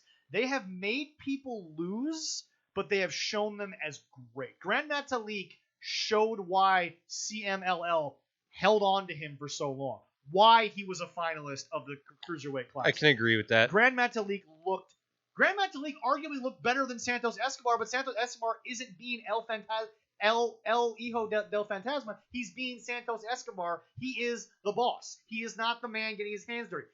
It was perfect. It was great. It was a great lucha match. It was a great Cruiserweight style match. Loved it. No complaints at all. Yeah, it was a good 12-minute match, too. It was fantastic. Yeah. All right, third one. The Xia Li with Boa. They have put so much time and effort into those vignettes, and they did exactly what they should have, which I think AEW doesn't do a good job of. They made a squash match. They made Xia Li look like a badass. Cartina Cortez. Oh, yeah, it was a definite. Yeah. Xia Li showed off everything that she was working on. Yeah. From the look, from the moves, from the build. It was great. It was a great squash. It was exactly what it should have been. And Boa looked like Boa should, which is, as of right now, a sideshow. Right. Bell to bell, minute and 27 seconds. But again, great. It's not supposed to be a classic yet because Zaya's not at that level. Right. You're trying to rebuild a girl that, let's be honest, the Chinese influence, you didn't know what to do with her for a while, and she was just lost in the shuffle. I mean, now ultimately, if we're honest, WWE really never knows what to do with Asian influence. They really don't. Like truth is though, the United States territories have never known. Look at Kushida. I mean, that's a perfect example. Well, Kushida's kind of just doing the same thing he was doing over in New Japan, except now he's a little more turned up. Yeah. Anyway, next all right. match. And speaking of him, the mixed tag with Kushida and Blackheart and against the Way because of the fight pit, so we're just going to make that a wash. Shotzi, by the way, is growing on me. I love Shotzi. I can see why Shotzi is I don't think Shotzi deserved breakout star, but I'm not mad that she got it because ultimately she has had a hell of a year. Yeah. And I do like her new tank. Me too. I love the tank. That's so good. The nut shot was funny. She needs to stop the Poison Rana on the outside of the ring apron, though. That was a bit of a... Yeah. I would never recommend a Poison Rana on the outside of the ring apron. All right, and the two big ones. All right. The last women standing, Raquel and Rhea. Again, we talked about it earlier. I did not know until last week. Here's the deal. How do you build this match for two reasons? One, Rhea has been nothing since WrestleMania. Yep. Two, Raquel's already lost a match to her. Yep. So it's the Warrior syndrome of why would you go on WCW television and tell them you already beat Hulk at WrestleMania 7 because you're trying to sell tickets to this match. Right. This was the prime example of how you do it. You bring up video we didn't know existed. You build a friendship that no one knew they had. Yep. You show the matching tattoos that are real that no one knew they had. Yep. It was brilliant because now I care. Yeah. Now, the match itself, wow. What I loved about it was, and this is maybe Cornette showing me a little bit of the way, in my opinion, that weapons made sense in ECW. They've been overdone on all shows the last couple of months. Yeah. But this was weapons to the point that they weren't overdone. Yes. This was a fight. Yeah. And not a fight with toys, but a freaking fist fight. This is what the fight pit was going to be, but obviously on the female side. Right. Also, I don't know where Rhea Ripley goes from here except to the main roster. I think she's getting called up. She's dead in it. But here's the deal. And I want to bring this up because I've said this in the show before. This could hurt Rhea. And here's why. Agreed. And here's why. They made her so about NXT that now she has to go to another show that I now have to remember how she shat on Raw. She shat on SmackDown. Now she's on the roster. Yeah. That's why I don't think that NXT ever should have been involved in Survivor Series in the get-go. 100%. It immediately created a trope that you can't get out of. Better yet, they should never have won. It should have. Well, they absolutely never should have won. Your developmental should not. No. I'm saying they should have been clean swept. Yeah. I don't care how big Rhea Ripley was. Yep. Clean sweep. They should have not won one match of that Survivor Series. I can agree with that. Shouldn't have happened. And maybe on our show that we did before that, maybe I picked an NXT match, but that was me saying, okay, we're here. Yeah. We're stuck. This is Vince Russo booking a 32-man brawl in 4 different areas of the Impact Zone. We're here. You gotta do it. Let's go. Anyway. Okay. Yeah. No. Only thing that I take from this, Raquel Gonzalez is more than I thought she could be because they have built her the perfect way from a heavy to a heavy main eventer. Yep. But no, Rhea Ripley's done in NXT. You can't come back from this. I did like how they ended it. Put her through that stage, and then she comes crawling out. The problem I always have whenever anybody gets called up from NXT, though, and I mean WWE's kind of done this to themselves over the years, 100%, is it's just that she's going to go to the main roster, and now she's either one of two things are going to happen. Lost in the shuffle. She's either going to get lost in the shuffle, or she's going to get a major push that everybody's going to bitch about and say that she doesn't deserve yet. Well, the only thing that I say that's different with Rhea is she is one of only, I would say, 5 women that I actually want to see consistently. Oh, same. Her character speaks to that. I love her. I guess for me, it's just the flaw I've noticed in the way WWE has decided to development, or to call up from development. I don't put Enzo and Cass at the feet of Vince. They fucked themselves. I'm sorry, but that's true. Yeah, but you're too new to the business, let alone NXT SmackDown, to change your promo. That's Cass, and Enzo just couldn't get along with anybody. Well, I think with Enzo, I will say that I feel like it was unfair the way he was left out of the company. Agreed. But I can also understand there already being heat, and so seeing it as like companies will cut bait with somebody if it's bad. Because personally, I loved watching Enzo. He got screwed. I've said that from day one. He got screwed, but at the end of the day, like you said, it was just another straw that broke the camel's back. Yep, agreed. They would have stuck with him if he didn't have the backstage heat. They would have waited, because obviously he was selling merch. I mean, he was money. Well, not only that, but the Speak Out movement, WWE stuck with a lot of those guys. Yep. Because a lot of that stuff was found to be unfounded. Jordan Devlin's back. Yep. Austin Theory came back. Yep.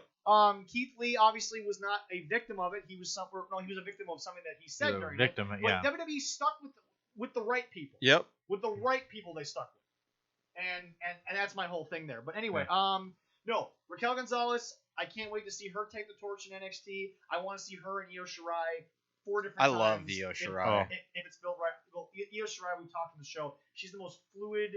I mean, she doesn't botch, knock on wood, but it's literally ever perfection. Since her heel turn, I've just...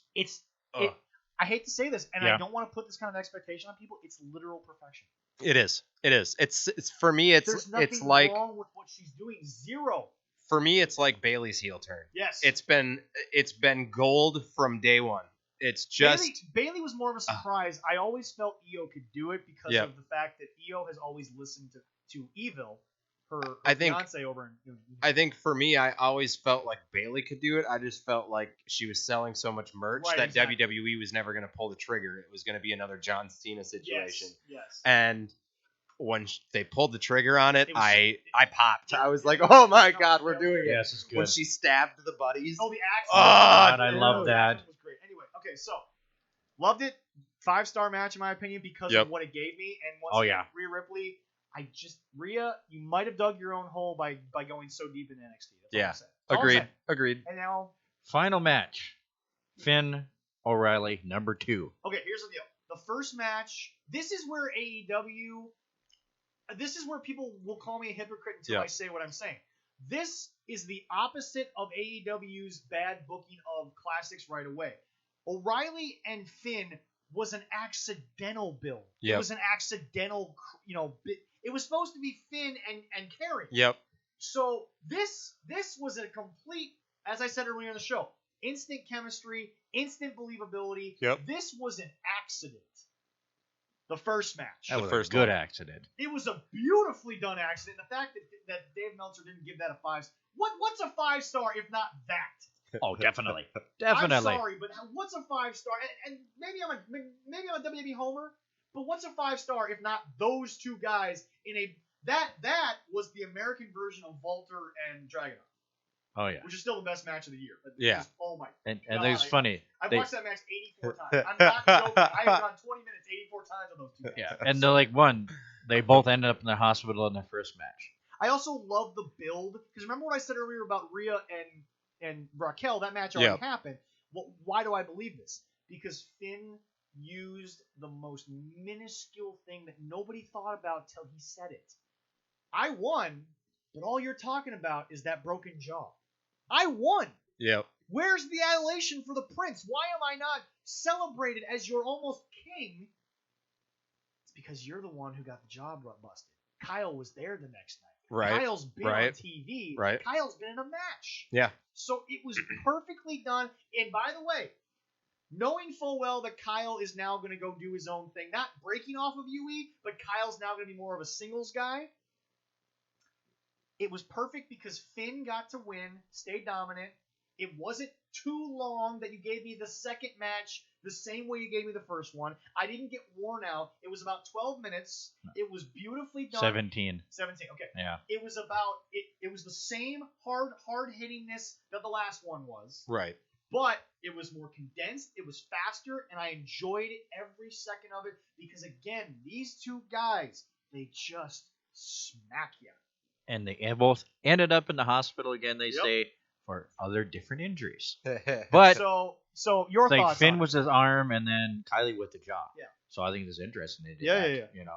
Oh, I loved it. I mean, oh god, my and god. now I'm going to transition immediately, A, because we got to get out of here, and B, because this is the topic I wanted to get on from the freaking onset. Ladies and gentlemen, WWE has made a main event style match for the Royal Rumble that I think is gold. Adam Pearce versus Roman Reigns, and here's why. First of all, that's the best that Shinsuke Nakamura has looked in a year. In a year, you built a guy up and you still made him lose. Yep. Shinsuke was the workhorse. It was gold for Shinsuke. I would agree with that. And he's so good at selling. He's so good. I think part of it too for me was, for me, I felt like Shinsuke hasn't gotten what he deserved out of WWE fully, and I felt like my biggest problem and my only issue, which sadly I still agree with. He won the Royal Rumble on his hype of being brought up. Yep. But AJ was still too hot to take the belt. Agreed. That's the only and that killed Shinsuke. Absolutely. But again, no one's fault. No, it's no one's it's no one's fault necessarily. It's just kind of the way the cookie crumbled. Yes, exactly. You know.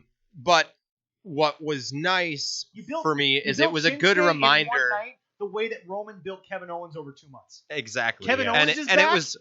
Kevin Owens is back. It reminded everybody where Shinsuke was, you know, and so he goes from kind of feeling lost in the tag team and the mid card to he can now stand up. He's a main eventer again. He can now stand up and say, "I'll go against Jey Uso and I'll show you what I am. I'll show you what the King really can do." They did, they did announce that for next Friday. Yes. Yeah. Shinsuke and Jay. Now that'll be good. Why do I think? Now, first of all, we're going to give some love to Adam Pearce. One of the most underrated workers probably of this decade.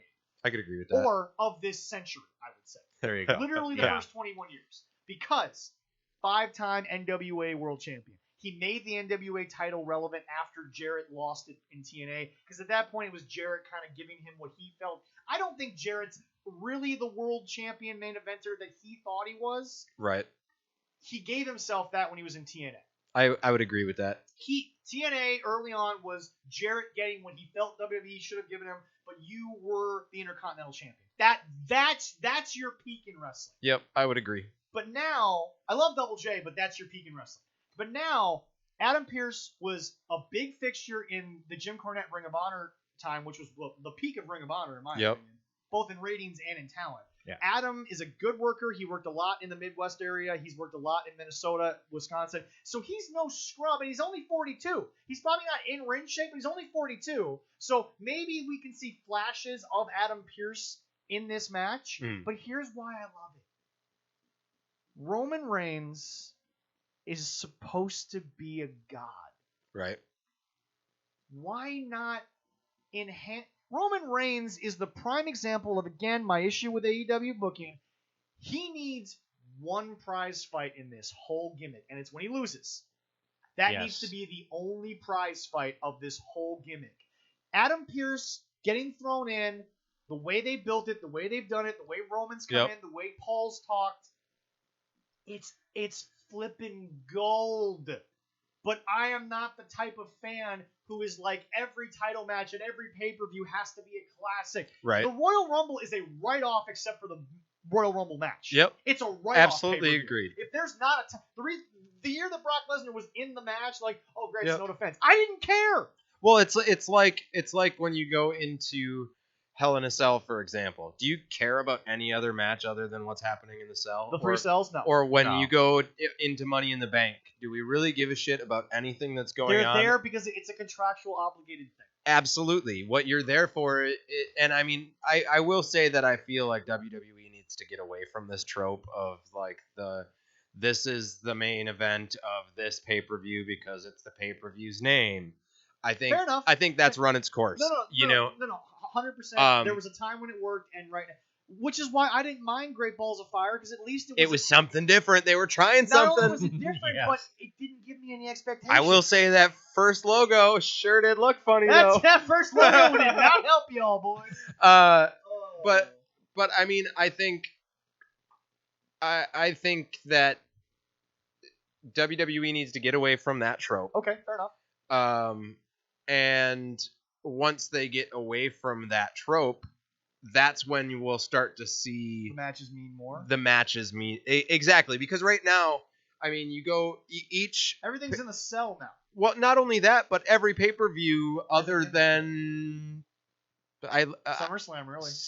Other than SummerSlam, every pay-per-view has a gimmick name and a gimmick match. Supposedly Armageddon's coming back. I would love that. Yeah. But if you think about it, that also started from a gimmick match, the Armageddon Hell in a Cell. Yes. Yep. So it's like I would like to see. It's come to be known. If you want to know what I'd really like to see, now that we're back, we're in the information age that we should have been in when it came to be. I'd like to see Taboo Tuesday come back. Can you imagine? I'd like to see Cyber Sunday come back. Sunday today. God. I'd like to see. You could create a storyline where the Twitter votes say one thing, but the Facebook votes say another, and you could write that for a month after. Dude, yes. But anyway, your thoughts on the way Roman has been presented now, and is putting Adam Pearce in? Do you like it? Do you hate it? Do you think it makes sense? What's your thoughts on Adam Pearce? This version of Adam Pearce, being against Roman, who's clearly gonna win. Yeah, I think what it does is it pushes Roman's heel factor up even more. Yeah. I think absolutely that's what it's supposed to do. It literally is a no-brainer that it's going to not only work, but it's super smart. And the fact that you guys keep bitching that it's Adam Pearce already proves your theory that it's already working. Yeah, no, absolutely. It's the road to WrestleMania. Bingo. And the only prize fight should be the WrestleMania main event. That's the only prize fight in the entire island gimmick that I want to see. Yeah. That's it. And like you said, he should lose. At WrestleMania? Yep. Yeah, no, 100%. If you want the biggest payoff, whether it's a TV rating or whether it's a buy or it's tickets if we get to that point, Roman loses the only real fight he's had, because Kevin is a brilliant mastermind of he takes toys and he makes them his own, but Kevin has a way to make you believe in him, but then also when it's time for the money on the line, prove to you he's not ready. Kevin is as Kevin Steen, he was good at that. Yeah. When he worked with El Generico, he was good at that. He seems like he's the best. He can sell he's the best. Yeah. But then he can also make me believe, you're just not there. Right, He can make me believe both, and he's brilliant at it. I really wish we would have got to see him jump off the ship at Raymond James Edwards Field. That would have been fun to see that. That would have been so much fun. But my whole thing about this is just, I'm sorry to the wrestling audience that you're not getting Roman and Keith Lee at the Royal Rumble. I don't think we need it. We don't want that. We don't need it. I mean, personally, I think it does more for Keith Lee if he's involved in the Royal Rumble. For one, because that's where Vince really first saw him, and then and because everyone thinks it was a Survivor Series. No. It was really the Royal Rumble. Yeah. Survivor Series, I think, put Lee in a prominent spot in the Rumble, and then Vince saw what he meant in the Rumble. Right. That's my opinion. I could be wrong. Everybody always points back because, again, like talking about Sting, the editing, the all this stuff. They always talk about Survivor Series. But the Royal Rumble is where I think the light bulb went off that Keith Lee's a Well, I star. think one of the things that the average fan tends to forget is it's all booked in advance. Yeah. So Yeah, Vince- people forget Vince- that. Eric said in his book, Vince works backwards.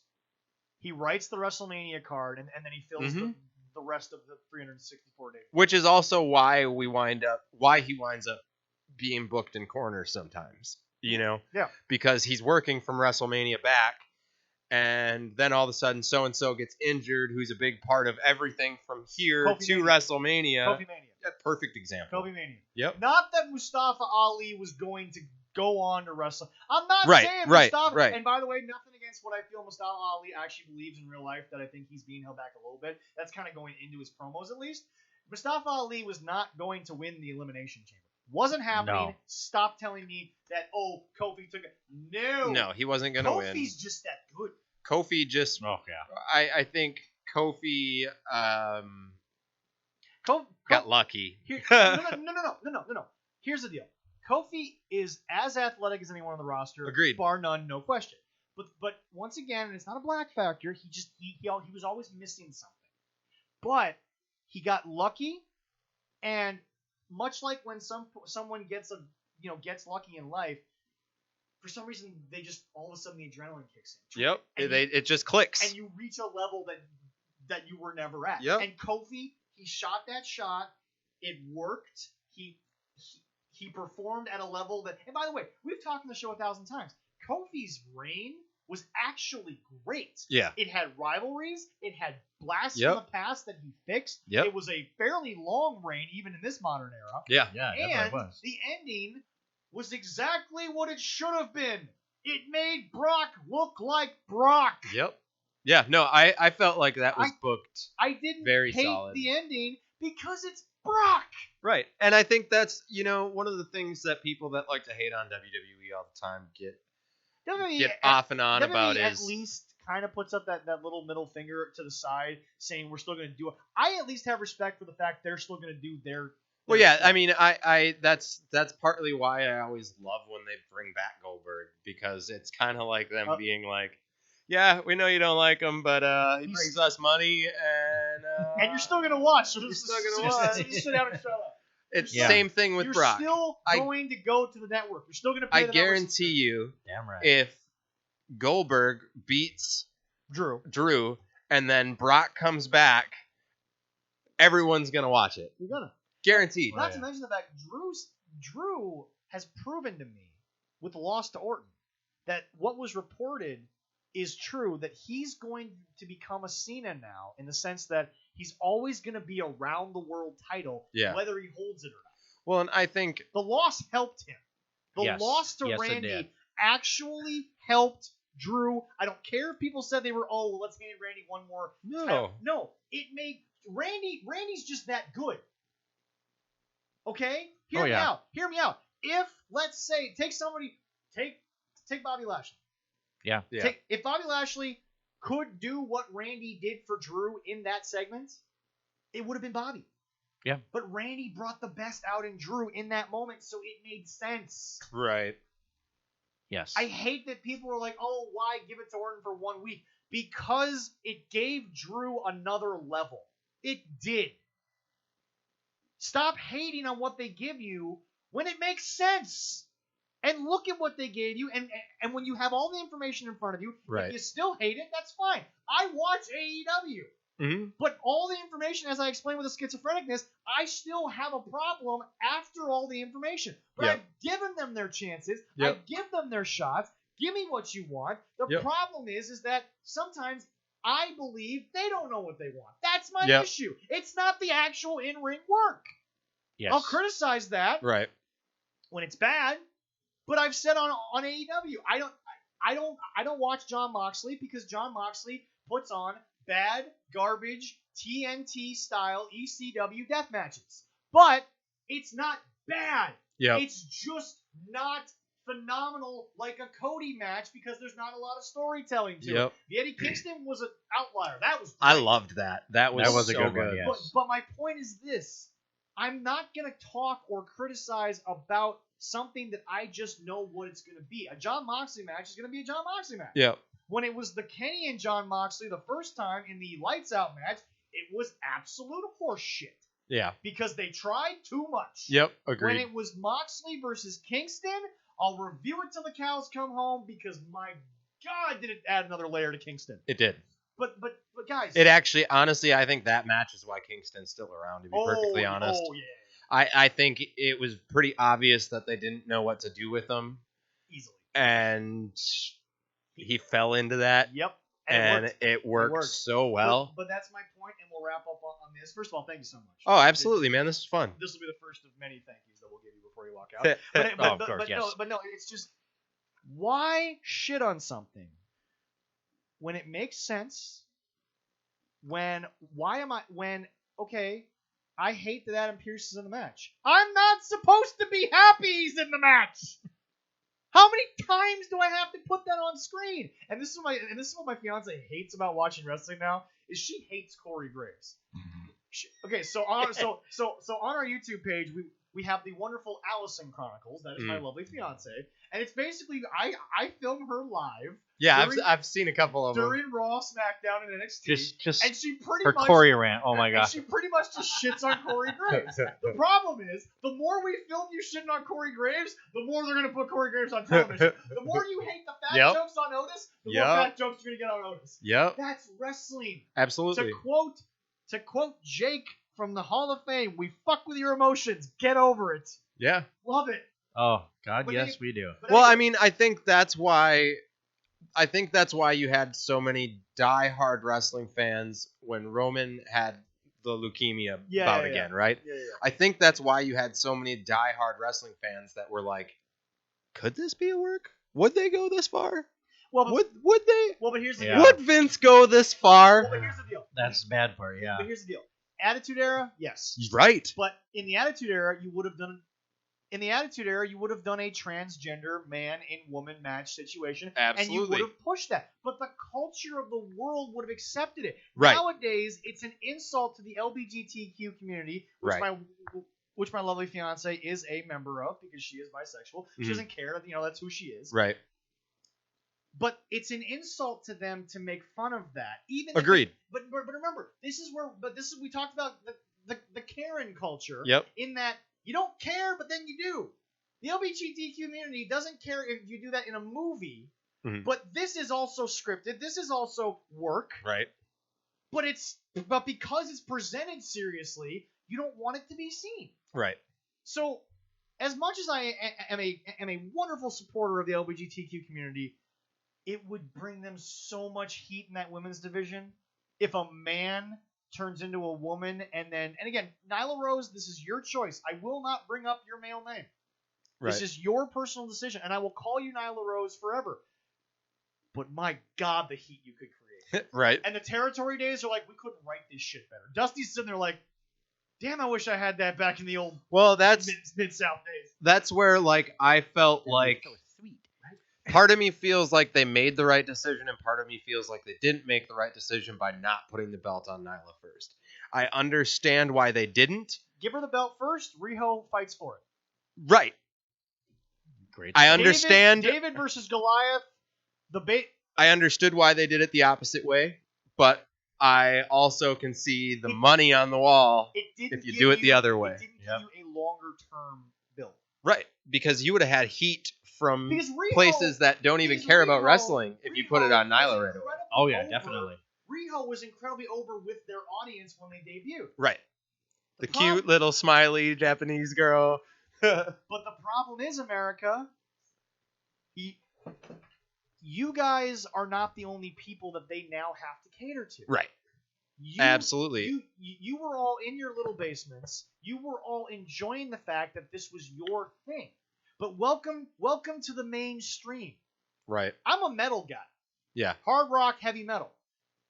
But I get when a band has to go to the radio stations and they got to tone it down. They got to be different. I get that.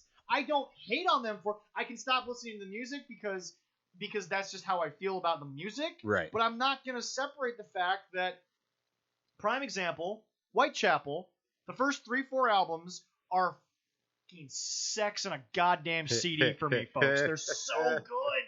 But Saw is the Law debuted in the top 10 of Billboard as a death metal band, and I can't fault them for the success. I still own Saw for the Law, and I haven't listened past because now they're singing.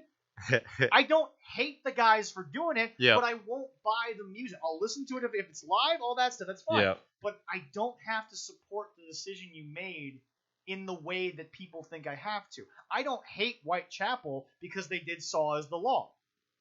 You just prefer Whitechapel. I just prefer Whitechapel when they were doing all the other stuff. So now in wrestling, I don't hate AEW for the stuff that made me love the Bucks. Because by the way, my profile picture, we say this in the show twice a month.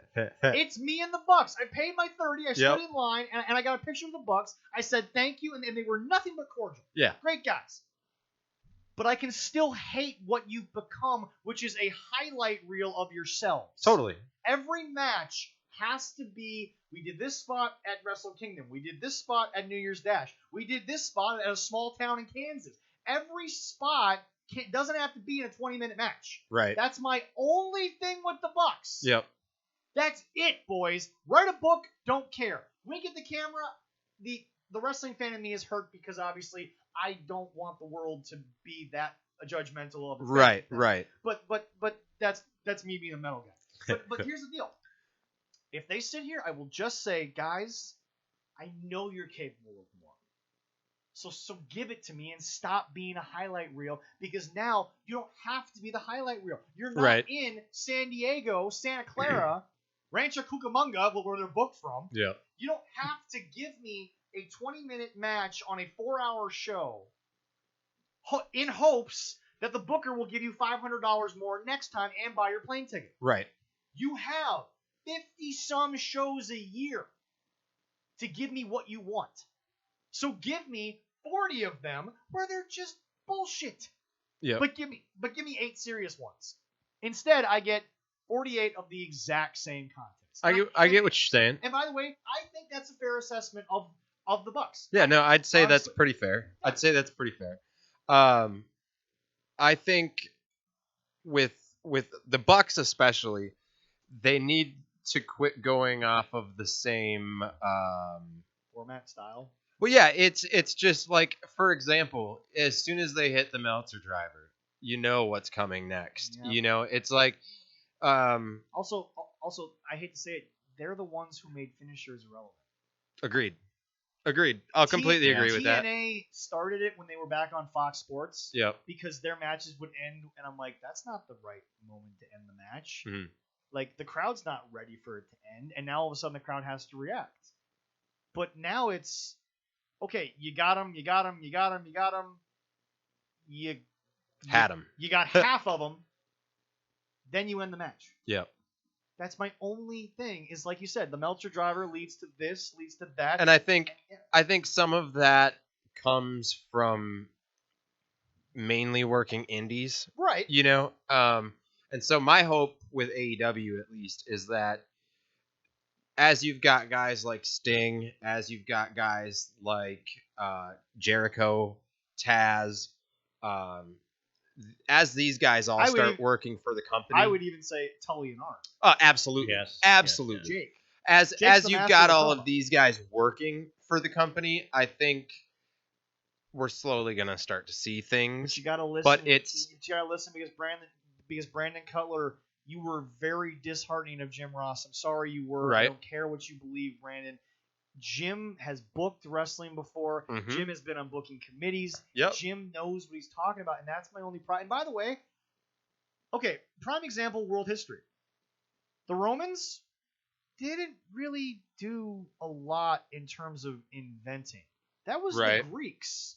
Mm-hmm. The Romans just perfected it and had better marketing.